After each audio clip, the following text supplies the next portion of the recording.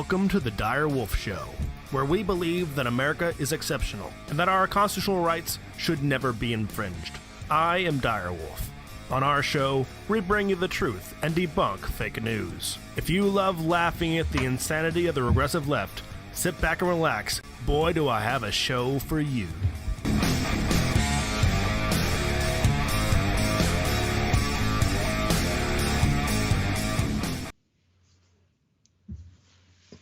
Welcome back, Wolfpack. Dire Wolf here for our weekly news recap from behind enemy lines on YouTube, where speech is not free and the truth is not demonetized, or is demonetized. Alongside me is co-host Fox Trevize and producer. How you doing?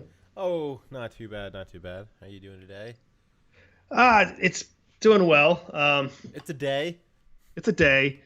It's not been busy. It's just been different. Filled with day stuff.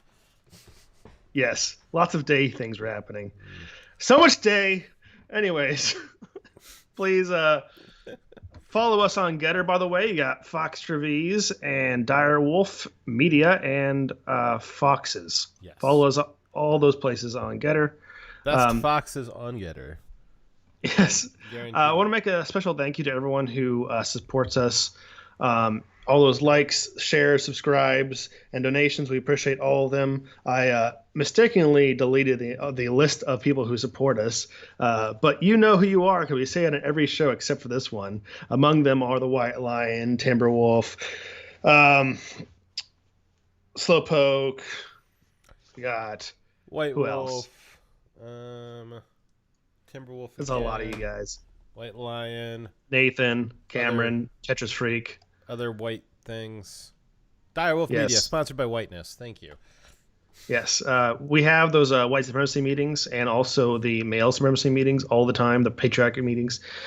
We do appreciate the regular payments we receive to make sure that we have a higher pay than women and minorities. We very much appreciate that we have a supremacist system like this that helps us always be successful and never homeless and never die in war and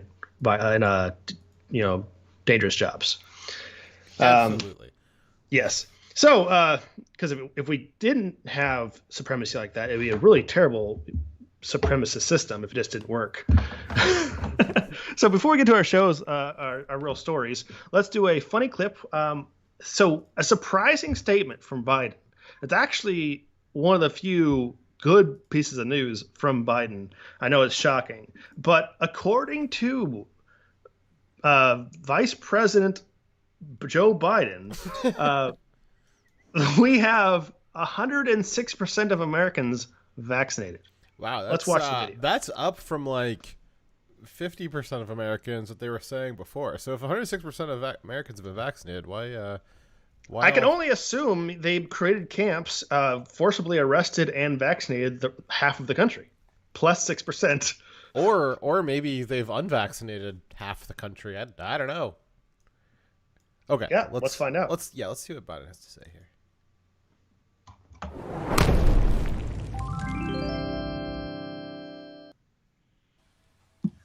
Because of our success with the vaccination effort, this new Delta variant wave of COVID-19 will be very different be able to deal with than the one that was underway when I took office. And yes, cases are going to go up before they come back down. It's a pandemic of the unvaccinated. I know I've said that constantly, and others have as well. The vaccination of the unvaccinated. The vaccination of the and it's needless, taking a needless toll on our country. We have roughly 350 million people vaccinated in the United States and billions around the world, and virtually no one's died because of that vaccination. Virtually no one. Oh God. Virtually. Whoa. Virtually no one. That's oof. That's well, and if you compare that to his other stats of 150 or 350 million Americans being vaccinated, he's off by about a factor. I wonder how much he's off by on his death stats. I'm pretty concerned about that, actually. Yeah, since he's more than double estimating how many people were actually vaccinated, you can expect at least twice as many people died from the vaccinations. That's concerning. But great news, pandemic over, right? I would say so. If all of America has been vaccinated a little bit extra, and he said that it's a pandemic of the unvaccinated, well then, it's over. It's over. Per CDC guidance, it's over. Except for now they're saying that people who are vaccinated still need to follow social distancing and still wear masks, and they should still lock down even if most of your city or state or country is vaccinated. So essentially, even though Biden said it's either masked or vaccine, it seems like the vaccine didn't actually matter. Oh, Dyer, I forgot to tell you, it's actually illegal for you to remember what Biden said more than 5 seconds ago. So, I am criticizing the science, so I expect to be arrested later on. It was nice knowing you guys. As you should be. As I should be, because you cannot question the administration, the narrative of the party, or science, which is a body of knowledge and not a process. The reality is that the U.S. has 350 million doses of vaccine that have been administered.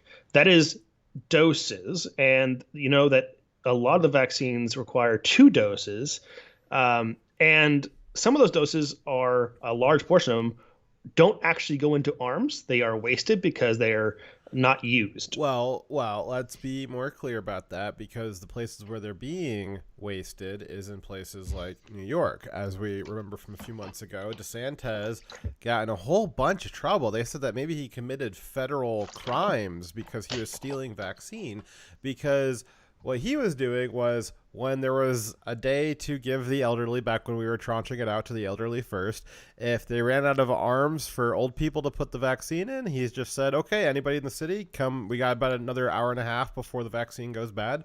Anybody wants to walk up, they can go ahead and get their vaccine, and they got them out that way.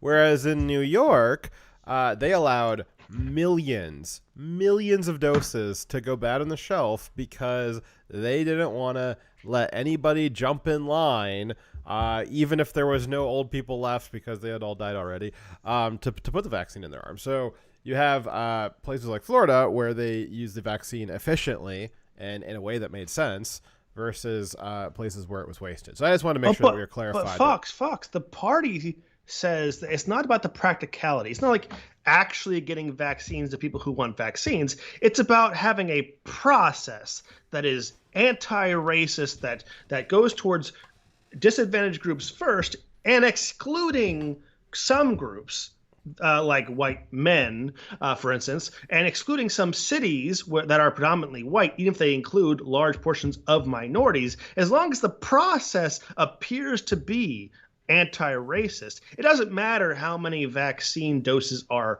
wasted, no matter how many millions of dollars of tax dollars is wasted in producing and researching and distributing these doses. It doesn't matter, because it's not about practicality, it's about the narrative. No, Dyer, it's about the science. About the science. The science. Science. And we believe and praise the science is our God. Now, I'm sorry for being a heretic of the science. Well, and I mean, you might as well just say Fauci, because saying Fauci and saying science is like the same thing. Well, he is the prophet of science, our God. I thought he was the figurehead. He's like the trinity of science. Who Fauci we praise. I'm not really sure how much. I'm really confused about like how CNN. Maybe I just need to sit down and watch CNN for a day, because like I just don't understand how they are able to pull content out of Joe. I've seen a few clips where it'll go with like what Joe said, then like a segment from like what CNN says, and it's just not related to what Joe said, because usually what Joe said is just either wrong. You know, the few moments where he's coherent, it's just wrong. Like for instance, just now, or it's incoherent. It's just rambling. When I was doing my research for this script, not only him, but when I was looking at left-wing sources, particularly CNN, MSNBC, CBS, when I was looking at clips from them through their lens of not only Biden, but also some of the other people we were referencing here, like Cori Bush and later on other individuals like Fauci, when I looked at videos of what they said, because I was looking for a particular statement, right? They would I would find that their statements were heavily edited and mostly referenced to rather than actually shown what they said. Sorry. And it's actually very, very frustrating because I want to hear like what was said. And I actually was fooled once. I got one clip of Biden from CNN that seemed like a complete statement. I did have a jump cut in it. And then when I went to, because it wasn't exactly the wording I was looking for, there was something missing from it. So I went and looked further and I found out it was a much longer clip. They'd cut out some of the most embarrassing stuff Biden had done to try to make it seem more coherent. Well, and that's what we've got now, the Praetorian Guard media. They will do anything to defend the party because they are one and the same. And then you have Google making it very hard to find the original clips. Yes, that is true. We have this issue now where kind of the internet has created the opposite effect of what I think a lot of people hoped it would create, a couple of decades ago, where it has just created a flood of false information put out by the state rather than making it easier to find some of these Biden clips. It's usually more difficult because the state will have, 10 different agencies will have put out a edited clip of Joe Biden that has all those parts clipped out of it. And it's really, really hard to find the original. Yeah. Unfortunately. Okay. All right. So let's move on to our first story then. Alrighty. So our first story is about a mass murderer who is aghast that he is now being accused of sexual assault. I mean, yes, obviously he's a murderer. He admits it. But, I mean, sexual assault, come on, guys. It's a little much. So the mass murderer in question is New York Governor Andrew Cuomo. Again, he killed at least 15,000, if not more, old people in the past year. It's quite a bit. Yep. And he says that his sexual assault victims are not special because Andrew Cuomo says he himself has a history of sexually assaulting a lot of people and Democrats. He was raised, in fact, to assault lots of them. Both people and Democrats. It's crazy. So Governor Andrew Cuomo is facing calls for him to step down from Democrats and Republicans alike, which is strange to have some bipartisanship in calling for a Democrat to step down. It's very easy to find bipartisanship to ask a Republican to step down because Democrats don't fucking care. They just want to destroy any Republican. But it's also common for Republicans to, actually police their own, whereas Democrats rarely do. So this is a very rare situation where the Democrats are actually admitting that, yeah, maybe one of our guys has done a baddie. But it's not because he killed thousands of elderly New Yorkers. Cuomo is facing even more sexual assault and sexual harassment accusations than he was before. Cuomo has been accused of sexual misconduct before, but it was quickly brushed under the rug or ignored outright by the media and other politicians on his side of the party. Cuomo must have the gold plan of liberal media protection of the liberal media protection racket. So why is Cuomo facing threats of impeachment for these new accusations? Well, these new accusations are joined with an Albany, New York Attorney General report saying that there is an active criminal investigation into Cuomo based on, quote, credible claims, supported by substantial evidence that Cuomo has sexually harassed or assaulted 11 women during his time in office. Some of that evidence was provided free of cost by Andrew Cuomo himself. Yeah, which we'll be showing you here in a second. The Attorney General report stated that Cuomo has broken multiple state and federal laws because it is actually against the law to rape people. Wow. Really? It sounds like that Cuomo's liberal media protection plan didn't cover 10 women or more. I see he should have cheaped out and got the platinum protection racket plan where they cover more women. I thought it was like you get like a punch card and like it's like you get 10 women and like the 11th one's free, like with like a drink or something. No. The 10th one is the free one. Now he's got to 11. He has to pay the liberal media more in donations for them to ignore the fact that he has the sexual assault That's not a very claims. good deal. Now, Biden obviously has not only the platinum, but the platinum plus plan where he can literally be passed out on stage and piss himself, and they still wouldn't cover it. Which we don't know hasn't happened because it may well have. Let's watch. I know you've said you want the investigation to continue. If the investigation confirms the claims of the women, should he resign? Yes, I think he probably end up being prosecuted too. But how about right now? You've said you want the investigation to continue. You saw Chuck Schumer, Senator Gillibrand, majority of the congressional delegation don't think he can be an effective governor right now. Can he serve effectively? Well, that's a judgment for them to make about their state where they can be effective. Here's my position. It's been my position since I wrote the Violence Against Women Act. A woman should be presumed to telling the truth and should not be scapegoated and become victimized by her coming forward, number one. But there should be an investigation to determine whether what she says is true. That's what's going on now. And you've been very clear. If the investigation confirms the claims, he's gone. That's what I think happens. And by the way, it may very well be there could be a criminal prosecution that is attached to it. I just don't know. But let the investigation. And I don't know what it is. But I start with the presumption. It takes a lot of courage for women to come forward.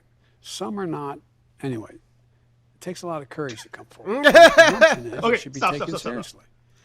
That part was cut out by the CNN version because they didn't want to point out that that Biden was about to point out that some women lie. So on their coverage, they cut out that one small phrase where he implied that some women lie about sexual assault claims. Jesus.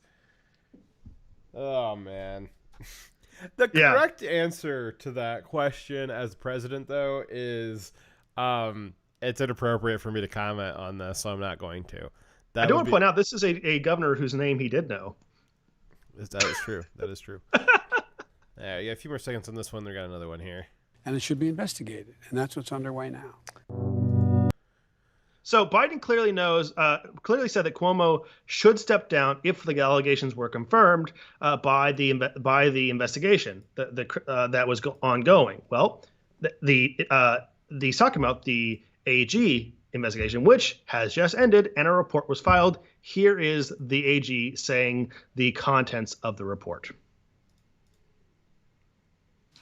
The investigation found that Governor Andrew Cuomo sexually harassed current and former New York State employees by engaging in unwelcome and non-consensual touching and making numerous offensive comments of a suggestive and sexual nature that created a hostile work environment for women. The investigators independently corroborated and substantiated these facts through interviews and evidence, including contemporaneous notes and communications. This evidence will be made available to the public along with the report. She looks so thrilled to be reading that. I want to point out that a lot of the same language was used to refer to Kavanaugh, but it was like 40 years ago. Yeah, but it just wasn't true. There wasn't evidence. Yeah, it wasn't true. Yeah. But they acted like the complete lack of evidence against Cuomo was solid evidence. Well, let's not get ahead of ourselves here. So they keep talking about evidence. I mean, they talked a lot about evidence with Kavanaugh too, but we never saw any. From my understanding, you have some evidence in the show notes of Andrew Cuomo raping how did she word harassing? it? We'll call it harassing. What was the language she used? And non-consensual touching. Non-consensual touching. Yeah. Wow. Did you see that how might become a perfectly, sound bite? Yeah. Did you see how perfectly I got that clipped out? Yeah. Non-consensual touching. So you have some of the evidence for us here today, Dyer, of non-consensual touching by Andrew Cuomo? I do. Before we get to that, though, we have one more clip of Biden's response after this report came out. Oh. Right here. Oh, we do. So let's watch that video first. A lot of clips today. Given back in March, you said that if the investigation confirmed the allegations against Governor Cuomo, then he should resign. So will you now call on him to resign, given the investigator said the 11 women were credible? I stand by that statement. Are you now calling on him to resign? Yes. And if he doesn't resign, do you believe he should be impeached and removed from office? Let's take one thing at a time here. I think he should resign. I understand that the state legislature may decide to impeach. I don't know that for a fact. I've not read all that data. And he's using a photo of you embracing him in his self-defense to say that these are commonplace kind of embraces that he made and the allegations against him. Do you condone that? Look, I'm not going to fly spec this. What the hell is fly? I'm sure there. What does fly spec mean? I don't know. Somebody in the chat, please look up fly spec and tell us the etymology of it. 'Cause I think that's probably like dog-faced pony soldier. I don't think it's a real thing. He's gonna say it's something he's always said, though it's the first time he said it was probably this time. I do. If fly spec is a term, I would like to try to work that into my everyday lexicon, though. Yes. Well, it Some seems like embraces Biden that says we should look at the evidence against Cuomo before asking him to stand down or step down. Seems reasonable, right? Let's take a look at some of the pictures of Cuomo allegedly sexually harassing or doing unwanted touching of women. Non-consensual touching. Non-consensual. Okay, so yeah, so this is we're about to start a slideshow. This is Andrew Cuomo non-consensually touching people. Oh, wait, Dyer, what's this? Is it? That's Cuomo. No, this is Biden, very clearly non-consensually touching children and women. Man, did. Oh, crap, shoot. There's another picture here. Maybe this is the. I think that's the first one. Oh no! Oh, this is just Joe Biden again. Because they're so similar. Non-consensually touching children.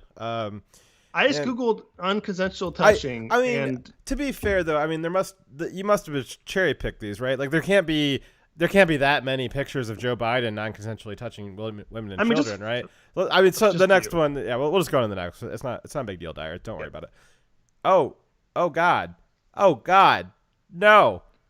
Oh God. I'm sincerely sorry for this mix-up. I was wrong. I thought that there couldn't possibly be any more. I mean, this surely this is the last one. I mean, it's just not possible that you have more than 5 pictures of Joe Biden non-consensually touching children. Then the next one's Cuomo, right? Yeah, I definitely tried. Okay, all right. So sorry guys. Next one's Cuomo. Oh my God! I did a mess up. Are those all Joe Biden touching? I went through all this effort of taking God. the first 30 results and putting them on the slideshow, thinking that they were Cuomo. Okay. I can see how Google might have tripped you up here. They're both politicians, they're both Democrats, they both have both old white men. Yes, leading long history of touching people. So I mean, but okay, I think now we've kind of covered through this. I think that this is probably it, right? The next one must be Andrew Cuomo, because there's no way that you had enough pictures of Joe Biden non-consensually touching people that you could have made an entire second collage of him doing that, right? Right. Oh no. It's more of an endless pit than a barrel. Oh God, it's so many pictures of Joe Biden inappropriately touching people. It almost seems inappropriate for him to be telling someone else to step down for unwanted touching. Yeah. Okay, let's. Seems. I think I found. Okay, I think I found what the problem was here, Dyer. I think that we were looking at the wrong set of slides here. I think I found the one that we're looking for.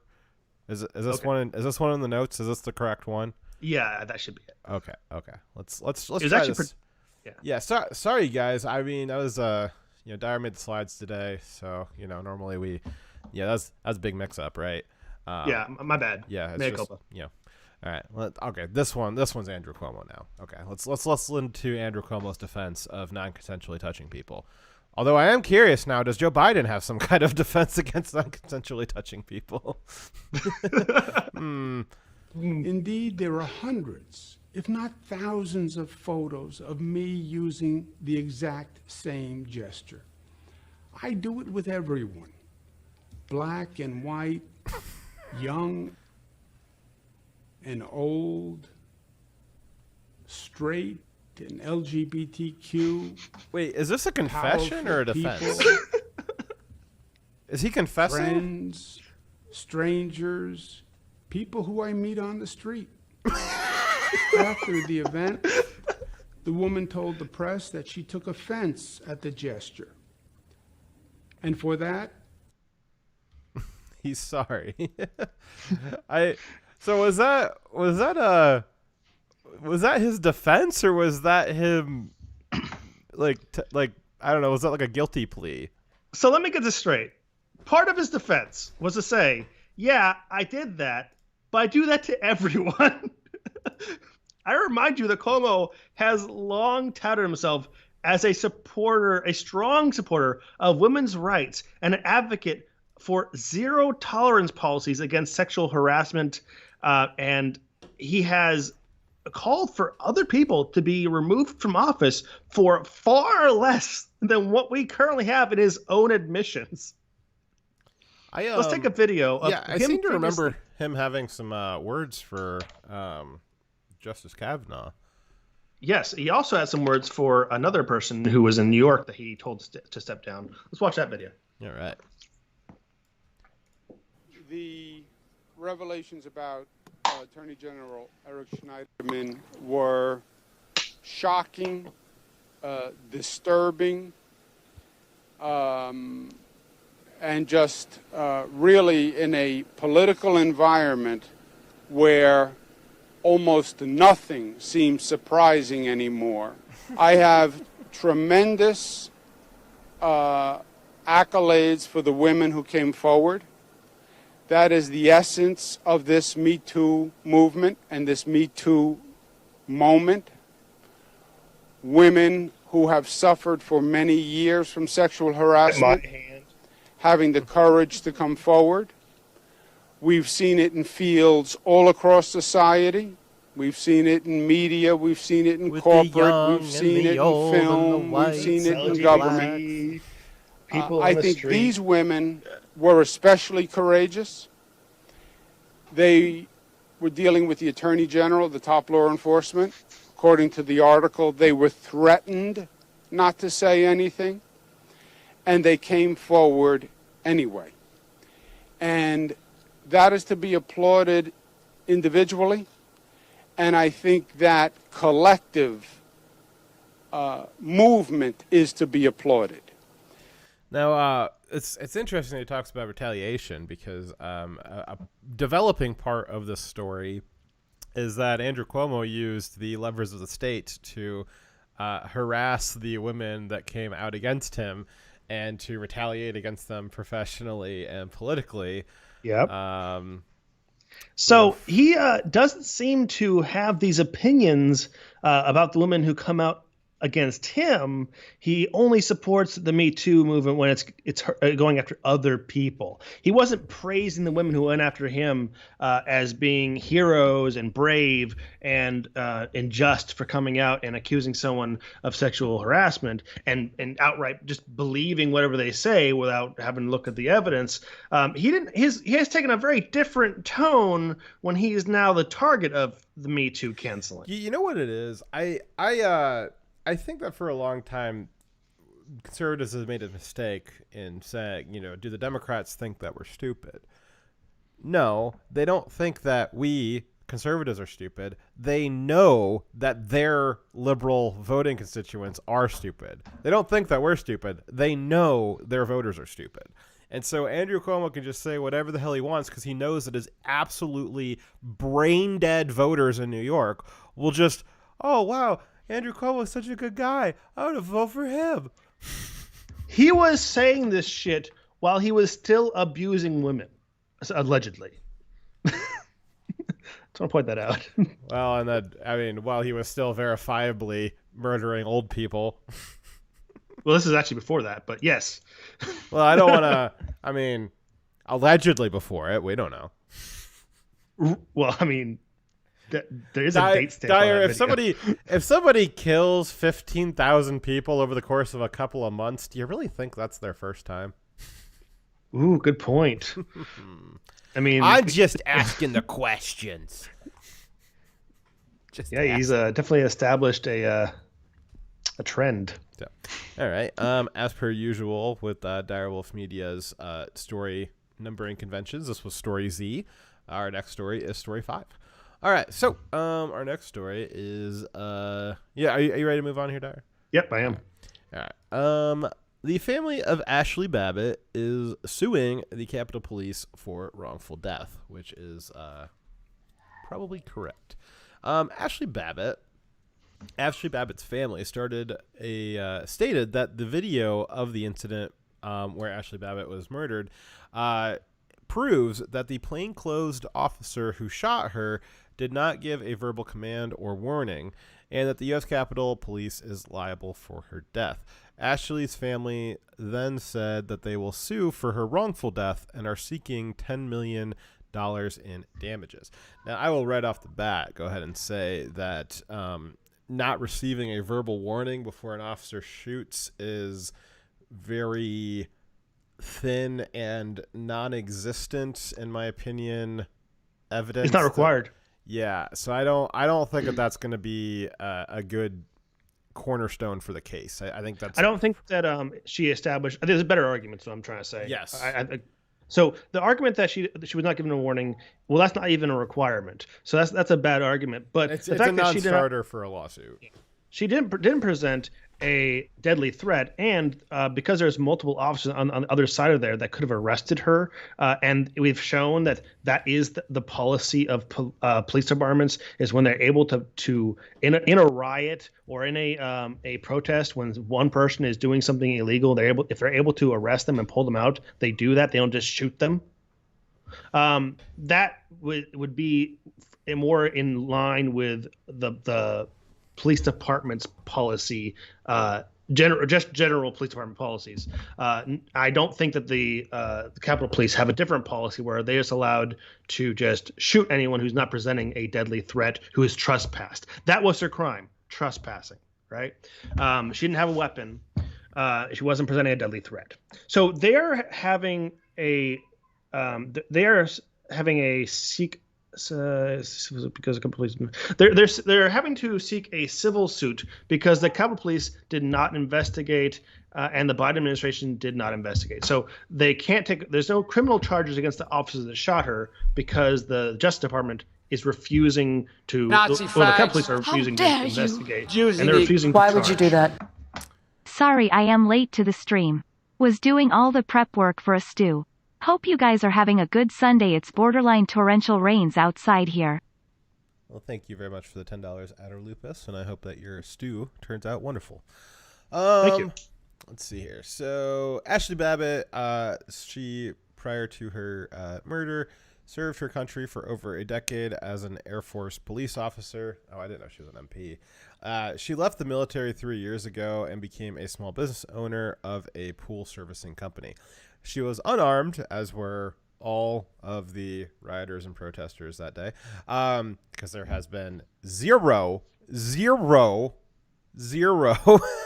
evidence or charges or arrests for any of the rioters that day having guns on them.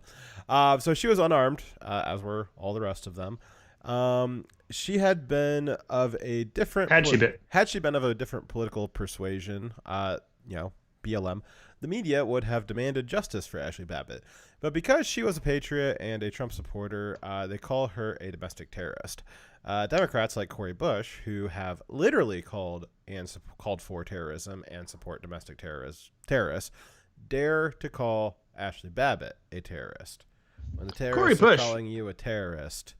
Yeah, I mean, if I can be called a terrorist by anyone, I'd be a terrorist. I'm okay with that. So if I terrorize terrorists, that's a good thing. Cori Bush, funny since you mentioned her, since she's in the script. Cori Bush, as a nominee of the Senate last year, literally led the violent BLM and Antifa mob in St. Louis and she was on the bullhorn at the front of the crowd, famously, the same crowd that famously busted down the front fence of the McCloskeys. She led that group. And while she was at the lead of that group with the bullhorn, she was yelling out repeatedly, "You cannot stop the revolution," and specifically threatened the McCloskeys. She has branded herself as a leader of a socialist revolution to overthrow our government. That's her branding. That's her supporters who are revolutionaries, who are trying to overthrow our government. And she has the gall to call Ashley Babbitt a terrorist and to call the Jan 6th an insurrection. Yeah. We hate to break it to Cori Bush, but the people fighting against the revolution are the patriots, and the revolution. Dyer, can you read that? I'm not seeing what you're trying to say there. I'm sorry. So the people who are fighting against the government are the terrorists, right? The ones that are trying to do these attacks against the government to destabilize it. From the government's perspective, they are the terrorists, right? And from the government's perspective, the people who are resisting the revolution, those are the patriots. Gotcha. Not from the perspective of the revolutionaries, obviously. I would say that the people that are burning whole city blocks to the ground, executing small business owners by burning them alive in their own business, I would say that they are the terrorists. I would say that the people threatening to burn down people's houses are the terrorists, and the people who live in those houses defending their property with their guns and their Second Amendment, they're probably the patriots. Yeah, people just trespassing, a terrorist does not make. It's interesting, though, because you've got actually kind of a similar situation where you've got Cori Bush trespassed, and then they were upset with guns being pointed at them. Then you've got Ashley Babbitt, who trespassed and was shot and killed, and Cori Bush thinks that that's okay. It's interesting, and I'm wondering, too, I'm trying to be careful, too, that we are not also making a similar double standard, which I think we're walking a thin line here, but it's McCloskey didn't shoot them. It's interesting that there's such a similarity there. Yeah, the McCloskeys didn't shoot them, and if they would be in jail. Well, they're almost in jail still. I mean, they're still like fighting to not. The only reason why they're not in jail is because they got a pardon. So you see the difference. We have the same standard here, right? Those people should have been charged with breaking and entering. They broke onto private property, but they should not be tried for anything other than what they've done. The people defending their property, they shouldn't have just shot them because they were breaking and entering, right? Just like Ashley Babbitt shouldn't have been shot just for breaking and entering. She should have been arrested, sure. Well, no, I think the difference is that I'm questioning the idea that she was trespassing at all, because on any normal day, I've been to DC numerous times. On any normal day, you walk up to the front doors, you're invited in by security guards, and then you're inside the building and you can walk around and do what you want to do. Okay. So I'm questioning the idea that I agree with you. There's a difference here. So there's two groups of people who are at the Capitol. People who were invited in, who just walked in. They're being treated as breaking and entering when they shouldn't be. Some people actually were banging on doors and breaking through them, right? So if you saw people were actually trying to smash those doors or barricade it and were given orders by police that they are not to pass this door, those people, after they were told not to go any further, they are breaking and entering. I think a lot of people who are at the Jan 6 are being charged falsely with breaking and entering when they were just invited in. Some people legitimately were attempting to break and enter. Yeah. But I would say, and you probably would too, in the moment, if somebody's breaking and entering into your house or your property, you don't know what they're there for, and you might you might stop them within your rights.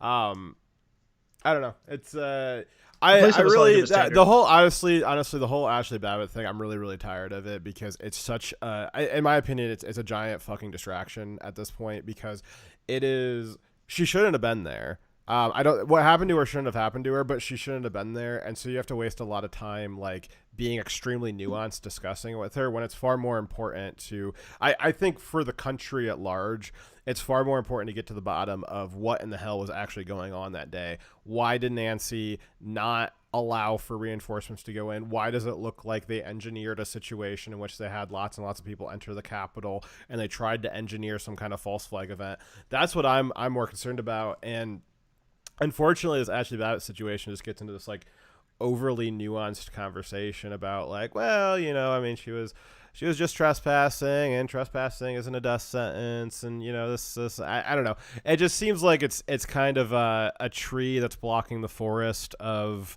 what looks to have been an engineered false flag attack by the FBI.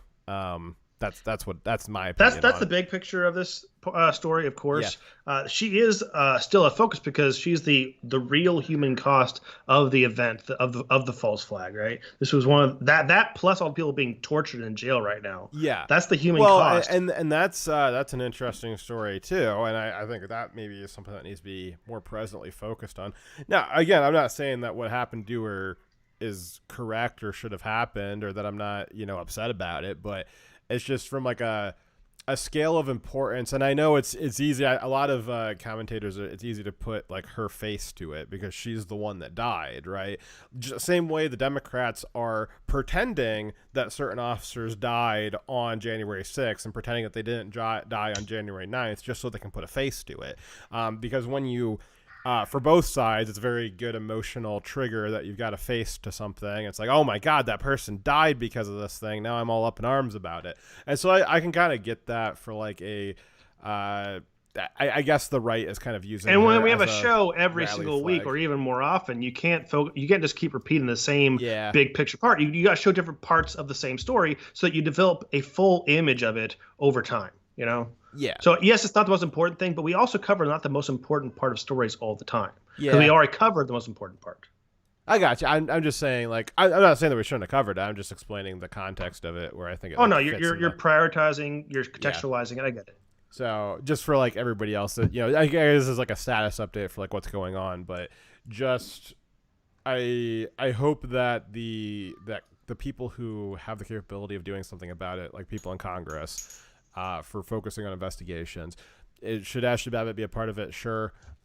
Yes, definitely. But there's a lot of questions that we got to get to the bottom I hate to break it to you, but we're not going to get to the bottom of it or get any kind of justice until we actually have controls of the levers of power. We're not going to, and my concern is that Ashley Babbitt will eventually become kind of mythologized and become a rallying cry for a lot of people that don't really understand what happened to her. What the context was, and if that's what it takes, that's what it takes. I guess I don't like when our side uses propaganda to like gin up some kind of movement, I guess, and so I feel compelled to call it out. Fair enough. All right. So, but as you wrote here though, Cori Bush. What was she, a Congress human? Well, Congress thing. Cori Bush calling her a terrorist is just. What's that? Sorry, House member. Sorry. Oh, yeah, Congress thing. So congressional thing. Cori Bush calling Ashley Babbitt a terrorist. Like that's just obviously false and not true. And Cori Bush herself has engaged in activity that was meant to cause people to feel uncomfortable, as per AOC and her definition of what they're doing with the riots and the protests is they're trying to make people feel uncomfortable, making them feel insecure, unsafe. That is what terrorists do. Yeah. And using threats of violence to get political change is literally terrorism. Absolutely. So, being that Cori Bush is herself a terrorist, unironically, she had some interesting things to say this week about the police and about you feeling safe. Should we watch this, Dyer? Yes, and also cover for a second. Okay. So this is Cori Bush. You faced some criticism in recent weeks over... For those of you who don't know who Cori Bush is, she is like the newest member of the squad in Congress. She is in, she's I believe Missouri. Yeah, she's St. Louis, actually. Yeah, St. Louis House Representative, newly elected within last November during the election. I didn't really know who she was. I've heard her name before, but I didn't realize that she was in Congress. Just because she's really unintelligent and a nobody, other than just riding on the coattails of the squad here. But just for you guys who maybe are like, why is this important? Why is this like random Black Lives Matter person up on the screen? Like, it's important because she's not a random Black Lives Matter person anymore. She now has a vote in Congress, so that's where we're getting this from. So let's watch. You faced some criticism in recent weeks over your push to defund the police. Campaign records show that you spent roughly $70,000 on private security, and some critics say that move is hypocritical. You would rather me die? Is that what you want to see? You want to see me die? because that could be the alternative. I have private security because my body is worth being on this planet right now. I have private security because the white supremacist, racist narrative that they drive into this country, the fact that they don't care that this black woman that has put her life on the line, they don't care that I could be taken out of here. They actually probably are okay with that. If I end up spending $200,000, if I spend $10 more on it, you know what? I get to be here to do the work. So suck it up, and defunding the police has to happen. We need to defund the police and put that money into social safety nets because we're trying to save lives. I'm on the right side of history, and if they want, they can come and meet me to my face. This was not a Saturday Night Live clip. This was not an attempt at satire. That was literally a lawmaker in one breath saying, I'm going to buy private security but defund police so you're not secure in your neighborhoods. This is amazing. For Republicans, they have to love when she speaks because she turns off independents and those in the middle on both sides. She says that her life depends on the security and her life is worth it. I agree. But why the hell don't you feel the same way for your constituents, right? You can't just say, I get security, you don't. Because that's, in effect, what she is saying. Anybody for defunding police should lose their... I want to correct. It's not really his fault because nobody was expecting her to be so overt about it. But it's not, in effect, what she was saying. It is literally what she was saying. She's saying, I am more important. Yes. My life is more important than yours. Yeah, so we'll forgive Greg Gutfeld because, nobody was expecting her to be so overtly naked about her corruption and that she thinks that other black people should die. Because she's from St. Louis, who has a murder rate, a black people being murdered, usually by other black people, rate at, I think, second only to Chicago. It's stupid high. And getting higher. What's that? And it's getting higher. And it's getting higher. So, this is an example of the Democrat Coliseum once again, where Cori Bush, she escaped the Coliseum, but that doesn't mean that she wants to use her newfound power to end the Coliseum. No, she wants to make the Coliseum more difficult to escape because if more people escape, well, then she has less power. She has less power. So she would like to keep getting those votes. But to the extent that they're not voting for her, she's more than happy to.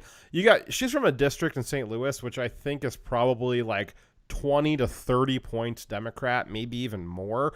So Cori Bush can sit there and watch a couple thousand black people murder each other, and she's just so tickled pink about it. But it's not going to affect her getting elected at all. It won't affect her getting. She has such a surplus of votes that she can have kill each other off, and it doesn't even affect her at all because she has such a secure district, a far blue. Even a glass of water with a D on it could get elected in her district, as Nancy once pointed out. So her sitting there, she doesn't think her life's super important because it's hers and she's in Congress. She's better than you. But the black people in the district that she came from, well, their lives are just not worth. They're not worth defending. She actually just said that the reason why she needs security is because her life is worth defending. Which I gotta say, that is probably the most racist, like overtly racist thing I've heard in a long time, just to openly say that other black people, that their lives are not worth defending. That's pretty aggressive. And I don't think that I'm putting words in her mouth, right? She had a lot of now, to be fair to Cori Bush, she's not very smart, so she probably doesn't think through the things that she's saying very much. She probably doesn't think through the alternate implications of what she's saying. She knows that her life's important, and her phrasing in it, I'm imagining that she wasn't very careful in how she phrased it, probably because she doesn't know words very well, as is evident by most of the things that she says. So I guess her defense is that either she's severely racist and she thinks that other black people, that their lives are not worth defending, or she's really fucking stupid. Like, those are your two options. So she has an escape hatch to pull there. She can pull a lever there and escape from this all she wants. All she has to do is admit that she's an idiot. Unwell-spoken idiot.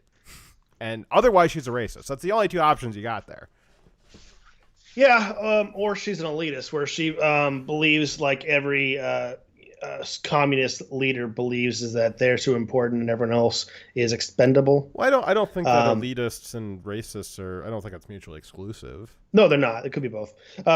So, yeah, she clearly does not value the lives of the people that voted for her or the people in her community, and she has a heightened expectation of the value of her life. Like, she's the only one who could be doing what she's doing.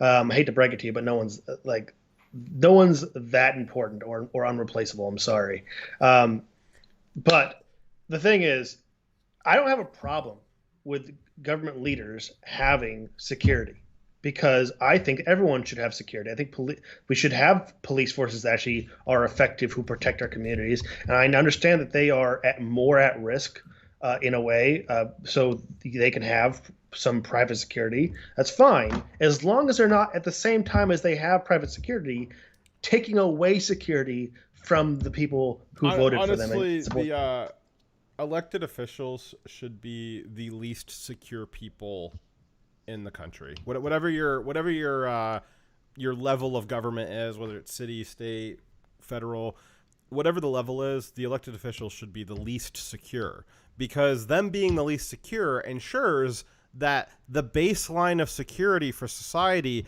is really high. The Democrats' elected officials should always be subject to the laws that they are passing.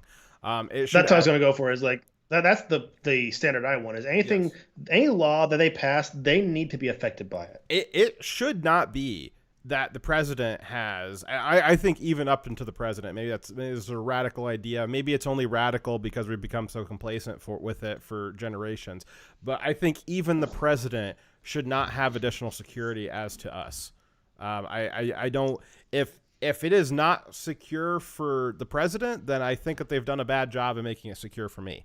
And maybe part of that is the government the elected officials get to walk around with their Second Amendment right on their pocket, so that they can defend themselves.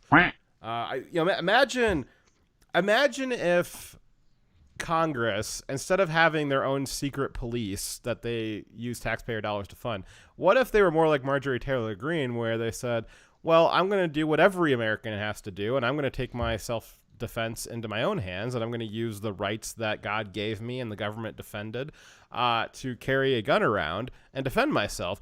If all of Congress had to do that and they didn't have special protection at your expense, do you think some of the laws they pass, some of the policies they advocate for would be a little different? I think I would like to, if I had a president who was a good president. Imagine we had Trump in place, and I wouldn't say he's the best, but he's definitely better than what we've had recently. He'd say he's the best. Some people say that. Some people say he's the best, though. I would like to know that there is additional security preventing him getting assassinated. So since I would want it for a president I support, I'm okay with there being a level of protection against assassinations, foreign attacks on our government leaders to destabilize us. I see it as more of not just a equal rights thing, but also that's the target where they can do the most damage to us, is going at the head of the country, or the elected leaders. So I'm going to differ with you in that I think that it's okay for there to be a reasonable amount of special security for them, but they should. Let me push back on that here, because that's kind of what we're doing right now. Essentially, is like, well, we got to defend the president from foreign threats, right? That's a special, unique threat to the president that they need to be defended from, right? Well, right. Let me direct your eyes south towards the border. Do not millions of Americans now suffer at the hands of a foreign threat that the government, because they've created this special tranche of security for the state and elected officials for the state? Because we have a president who has stripped the security from the people. That's why you have that problem. So it's a false dichotomy you're making here. It's not the president has security or right. Like, you can have.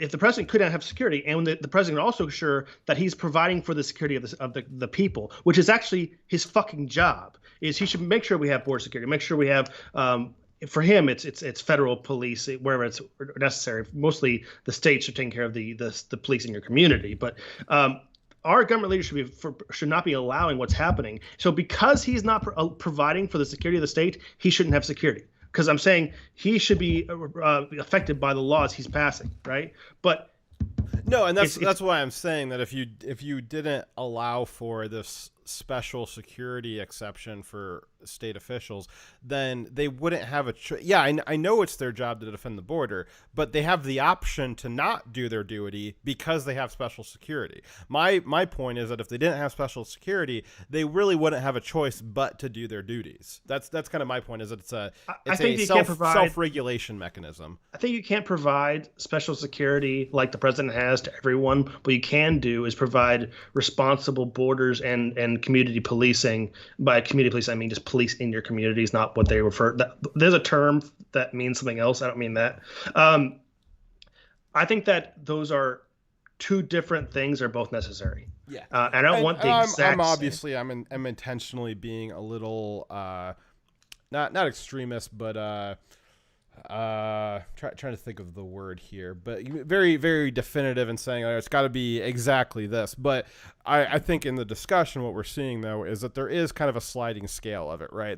We need to have the scale slide a little further away from where it's at now, a little closer to what I'm saying. It doesn't need to be exactly what I'm saying, but it needs to be that the government doesn't get to just spend millions to billions of your tax dollars defending itself and not defending you. There needs to be some kind of regulation mechanism in that.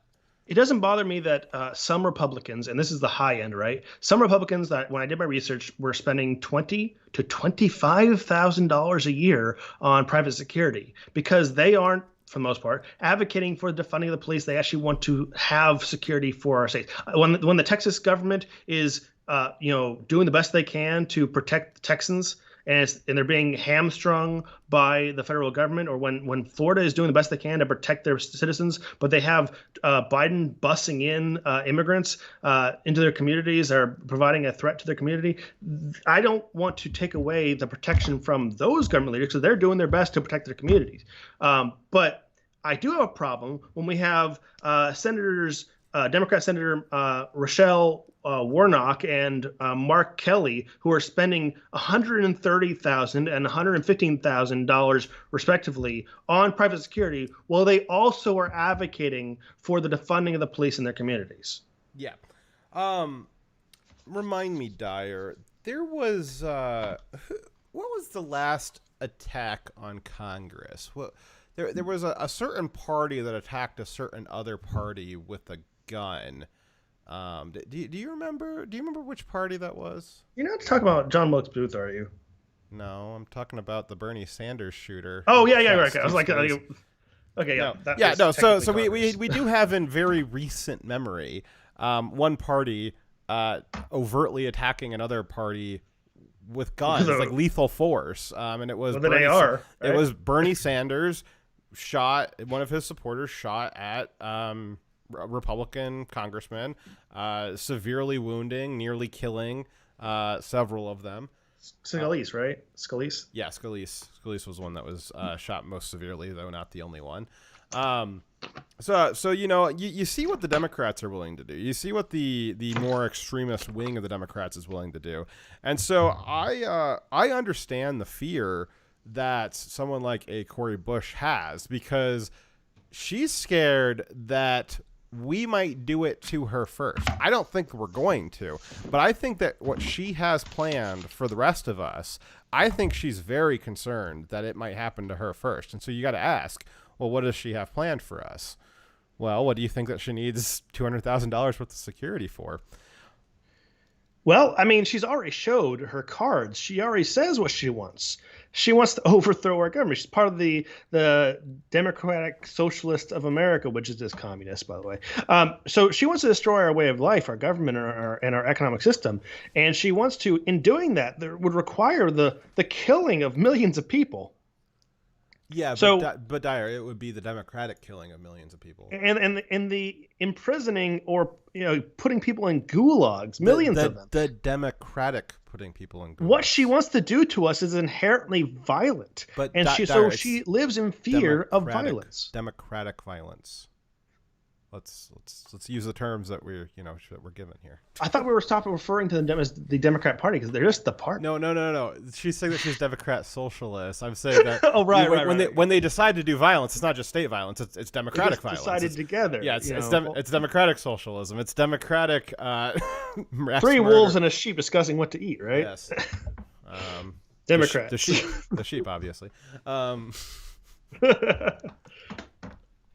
All right. We covered the story yet? I do want to make one more point in kind of again riffing back off of what you said about there's certain threats that the state officials have that they need security for. I think some of that I don't totally disagree with that, but I think some of that has been ginned up in a propagandistic way. I think it's very easy to see with Cori Bush. Oh, white supremacists are coming after me, which is like, okay, do you mean the FBI? Because like there's really not anybody who's white supremacist other than the FBI at this point. And I think that this kind of threat, this vague threat against elected officials and state officials, I think it's very propagandistic, and I think it's designed to make good point. It's designed to make you kind of say, well, they need the security. They do need special security. When I think I wasn't referring to her reason. Her reason, obviously. I'm not saying like that you were talking about her. I'm talking about more generally the generalized thought of the security state that we need to have all these additional protections for elected officials. I think a lot of that's propagandistic.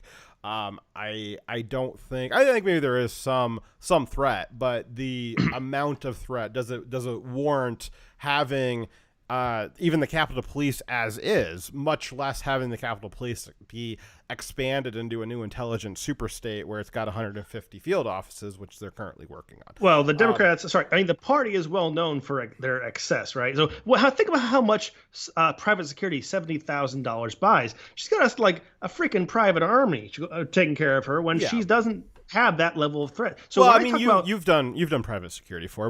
Do you have some numbers that you can do off the top of your head, some napkin math on like what? Oh shit! I'd have to actually get a calculator out. What was your rate? Jeez, private security was ranging between, depending on the job, getting paid $9.50 to $20 an hour just doing basic private security. So she had $200,000 for the year. Well, no, she's only spent that for like the last 6 months. Yeah. Okay. 6 months. So let's call it $400,000 for the year. We'll divide that up by 20. It gets you 20,000 hours. We'll divide that up by let's do 20 hours a day divided by 6 months. We'll divide that by 6 divided by 30. So 20 hours a day for 30 days a month for the last 6 months. She's probably got about 5 security guards for 20 hours. That's at $20 an hour. So give or take, she has a full squad with her at all times. Does that sound about right? Yeah, sounds right. Okay.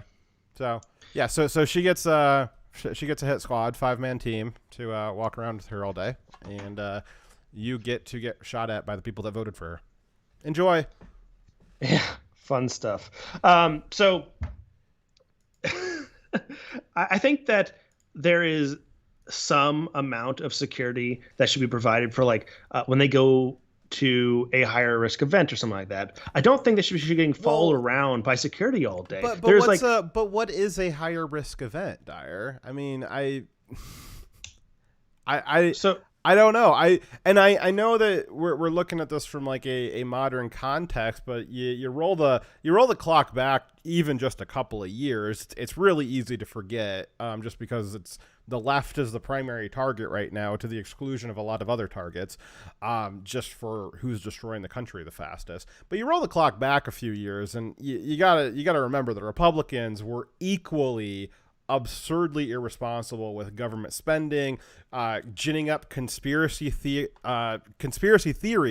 about the need for security, about, we had the entire TSA be born, we've had the intelligence agencies be born, we've had all of this stuff, just the Patriot Act, all of these infringements on our liberties, all of this militarization of DC, all because of this specter of possible high-risk scenario. So when you say, like, well, maybe they need defense at a high-risk event. Hear me out, What's a high-risk event? There's a difference between passive security and a security for a specific threat. So, for instance, there's passive security at the Capitol. There should be some officers that are just to protect the Capitol, right? Just a small amount from, just basic security for a federal building, which is way less than what they currently have, right?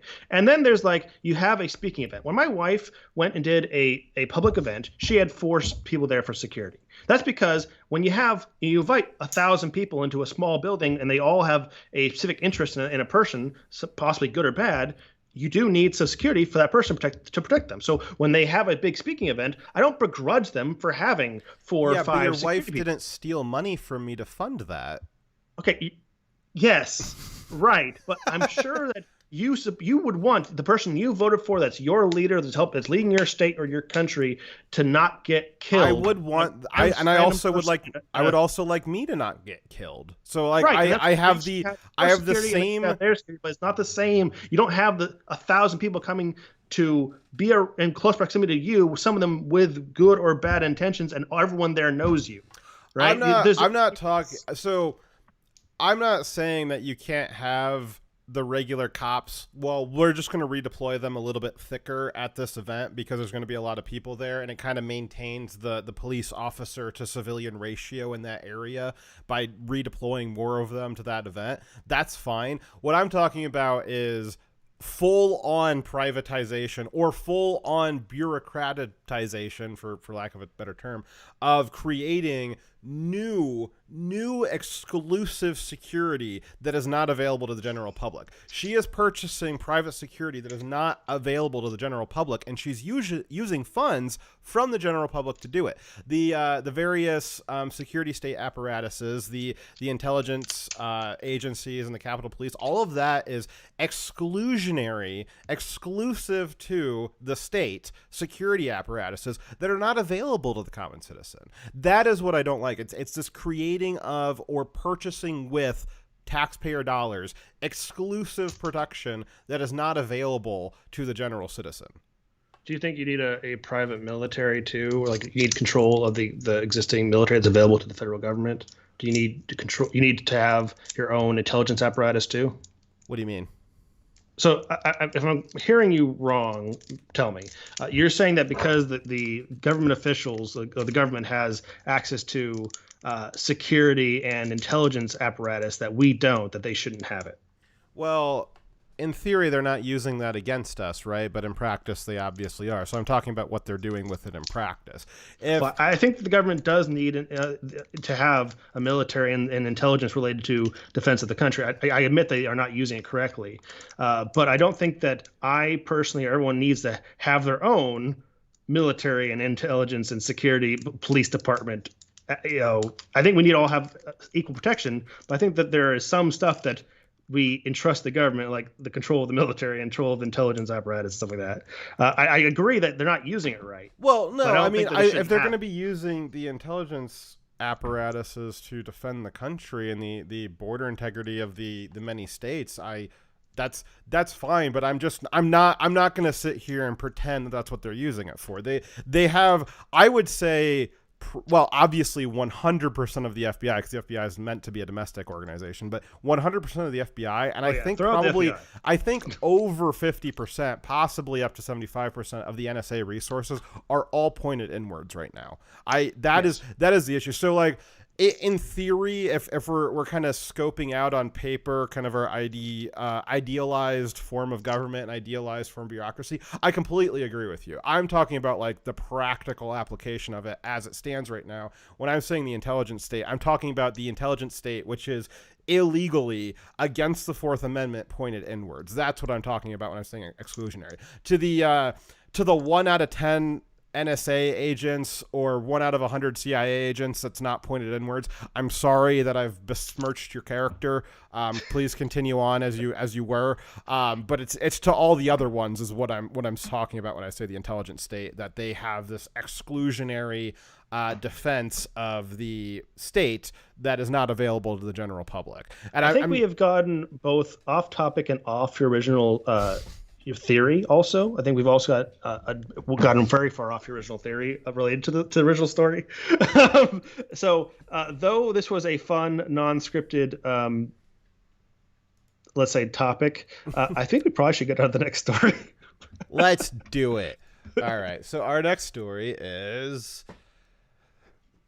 DeSantis. He does the Go-Go-Tron, which I was going to have to explain how he linked together 5 weasels, but that is the... I just want to... That's the Actually, no. It was 5 weasels turned into a mech robot, then 5 more mech robots made of 5 weasels, then linked together to make one giant weasel mech robot. I made sure just your avatar was on the screen for that, because I don't want to be involved with that. Are you telling me that the Go-Go-Go-Tron is not an amazing idea and objective of our country? In fact, we don't need a military anymore. We just need that. I'm just saying Go-Go-Go-Tron should not be exclusive to the state defense. I think everyone should have their own.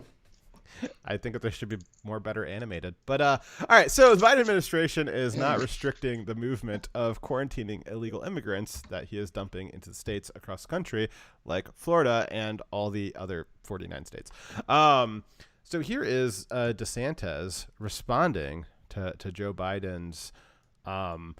I guess we just call it human trafficking. I think I want to get more into calling things what they actually are and stop using the propagandistic terms that everybody else uses. I do want to point out that when you're listening to DeSantis now, make sure you note his clarity when he speaks compared to the gobbledygook that is Biden. Yes. So this is DeSantis responding to Joe Biden and the Immigration Control Office human trafficking children across the border. I just want to say something quickly. Joe Biden has taken to himself to try to single out Florida over COVID. This is a guy who ran for president saying he was going to, quote, shut down the virus. And what has he done? He's imported more virus from around the world by having a wide open southern border. You have hundreds of thousands of people pouring across every month. And it's not just from Mexico. In fact, it's rarely from Mexico. You have over 100 different countries where people are pouring through. Not only are they letting them through, they're then farming them out all across our communities across this country, putting them on planes, putting them on buses. Do you think they're being worried about COVID for that? Of course not. So he's facilitating. Who knows what new variants are out there, but I can tell you whatever variants are around the world, they're coming across that southern border. And so he's not shutting down the virus, he's helping to facilitate it in our country. And what is his big solution? What is he so upset about Florida? His solution is he wants to have the government force kindergartners to wear masks in school. He doesn't believe the parents should have a say in that. He thinks that should be a decision for the government. Well, I can tell you in Florida, the parents are going to be the ones in charge of that decision.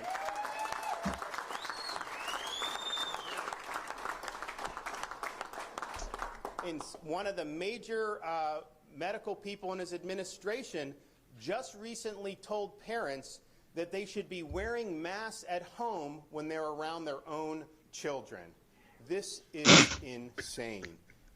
Joe Biden also believes that vaccination should be mandated by force of government and that you should have to show vaccination status to be able to participate in society. Now, Florida, we're very proud of our Seniors First strategy. You look at the mortality in nursing homes among seniors, it's declined dramatically. But we said from the beginning, we're going to make it available for all, but we're not going to mandate it on anybody. That's ultimately an individual's choice to be able to do it.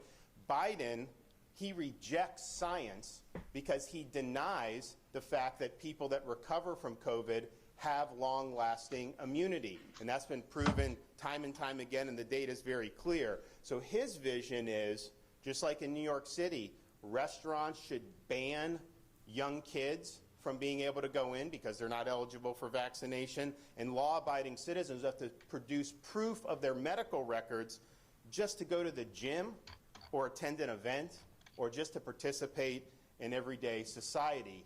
He wants that, but yet if you want to vote, he thinks it's too much of a burden to show a picture ID when you're voting. So no voter ID, but have to show your medical papers just to be able to live in everyday life? Give me a break. And so I think the question is we can either have a free society or we can have a biomedical security state. And I can tell you, Florida, we're a free state. People are going to be free to choose to make their own decisions about themselves, about their families, about their kids' education, and about putting food on the table.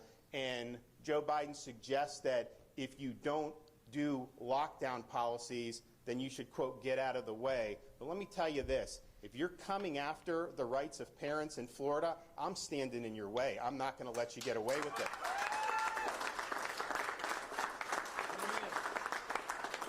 If you're trying to deny kids a proper in-person education, I'm going to stand in your way, and I'm going to stand up for the kids in Florida. If you're trying to restrict people, impose mandates, if you're trying to ruin their jobs and their livelihoods and their small business, if you are trying to lock people down, I am standing in your way, and I'm standing for the people of Florida. So why don't you do your job?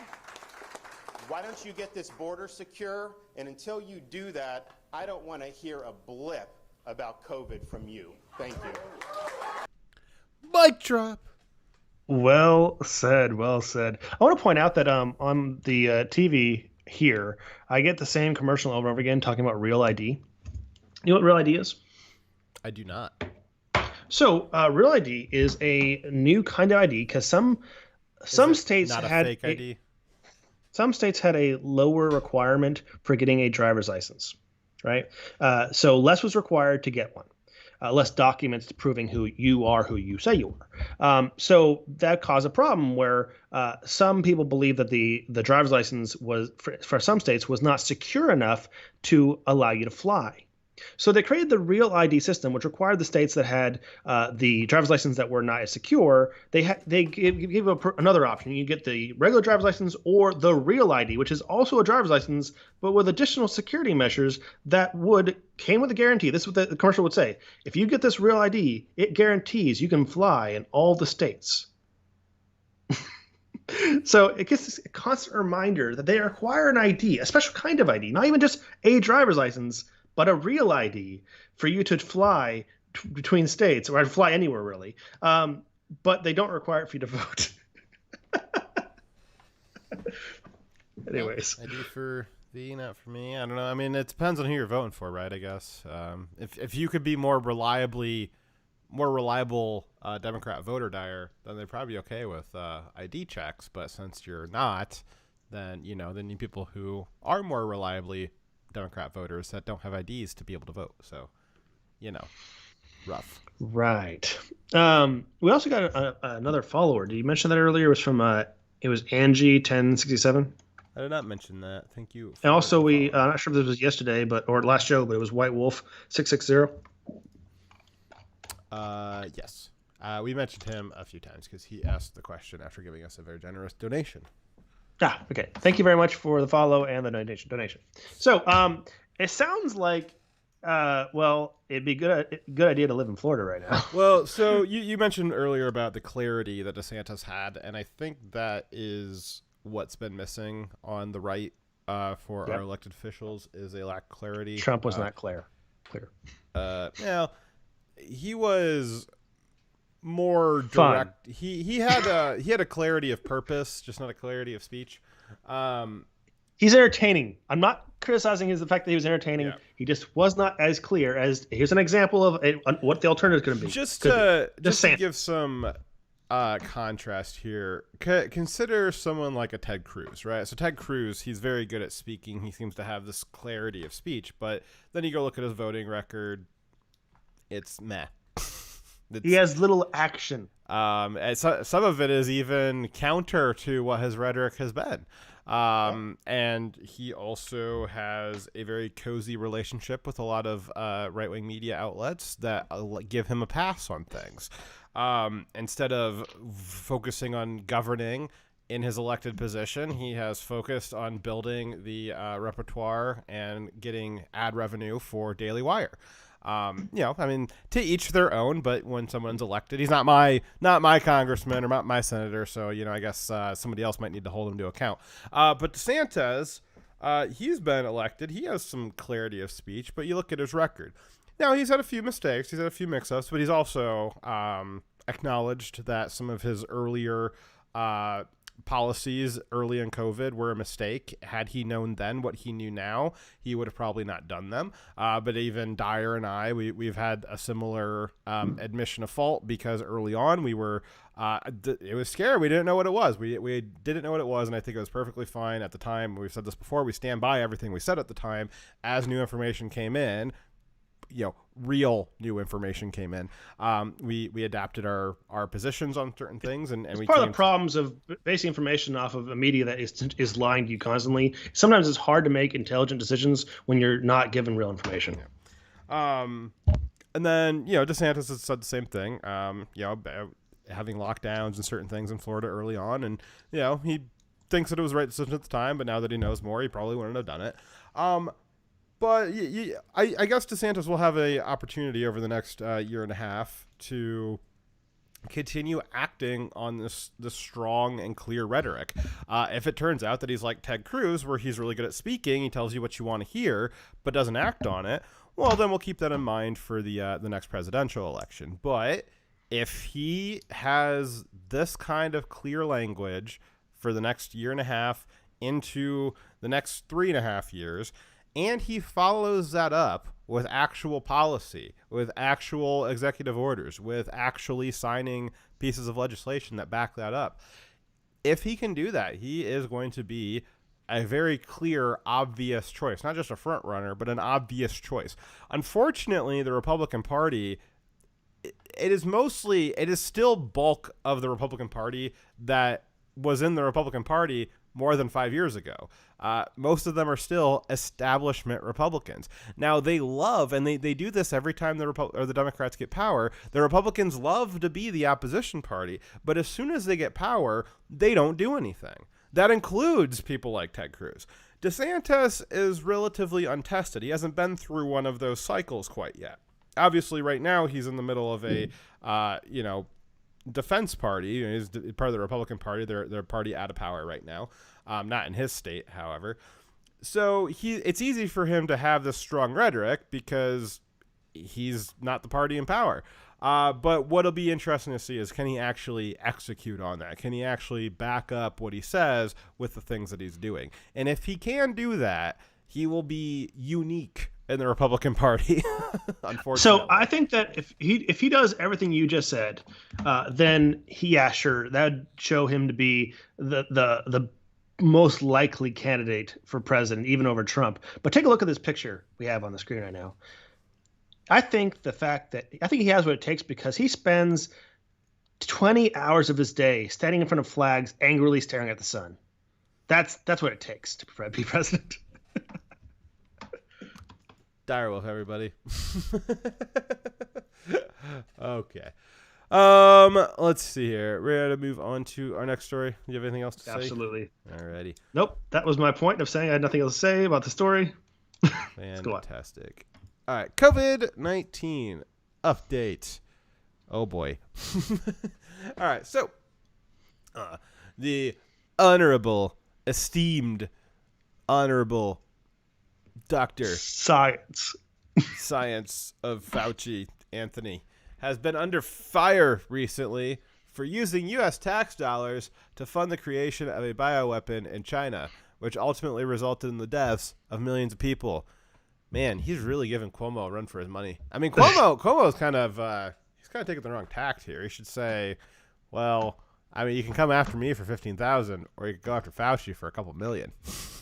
Yeah, I mean, I guess he went into the wrong career field. He should go into science. Yeah. So he first claimed, Fauci that is, the U.S. never funded gain-of-function research in China. the dangerous method of research that created COVID-19, most likely. It was later proven that he did authorize funds for that research in the very lab that likely released COVID-19. Government spending records, NHS records, and Fauci's new emails show that he lied to Congress.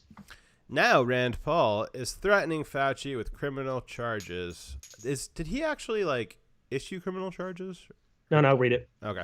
Rand Paul is threatening Fauci with criminal charges for perjury by requesting a criminal referral from the Justice Department. Unfortunately, the Biden administration's Justice Department is basically just Black Lives Matter at this point. It's just like a chapter of Black Lives Matter in D.C. And they are unlikely to press charges. And even if they did, Fauci would likely only get a slap on the wrist for perjury because he's not, what's his name? Flynn. He's not Michael Flynn. So, slap on the wrist.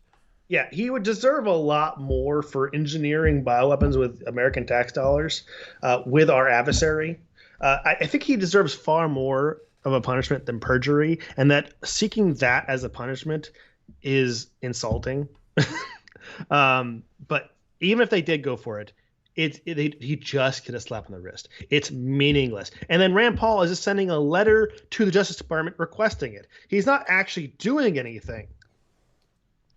So the party has hailed Fauci as some sort of savior of mankind and has taken their defense of him to the next level. Professor and common left-wing media guest Peter Hotez, on the 28th of July, just last month, had an article published in a scientific journal stating that the criticism of scientists should be prosecuted as hate crimes. Yes, his authoritarian opinion that anyone disagreeing with him and other scientists who happen to have the government agree with them, he published in a scientific journal. Normally it's about science, not totalitarian governments. So is he saying that scientists are like a minority? That scientists are gay and black, basically? That, or he's thinking that you're hating science itself. It's not very clear. Maybe this does confirm the theory that Dr. Fauci, the reason why he was so interested in the AIDS epidemic is because, he was of a certain persuasion. Maybe we're misreading it. Maybe he's not saying that scientists should be considered a protected class. Maybe he's just saying that Fauci already is a protected class. Well, Hotez is saying that anyone who is a scientist who happens to be in agreement with the government at that moment, because obviously not all scientists agree with each other on every topic, right? That's a scientific method, isn't it? You come up with a hypothesis. If that hypothesis is what the government thinks it is, then it's true. That's the scientific method, right? That is, according to Hotez, the scientific method. Okay. Because whatever fits the narrative of the party, that is the Nazi truth. fags. How dare you? Juicy nigga. Why would you do that?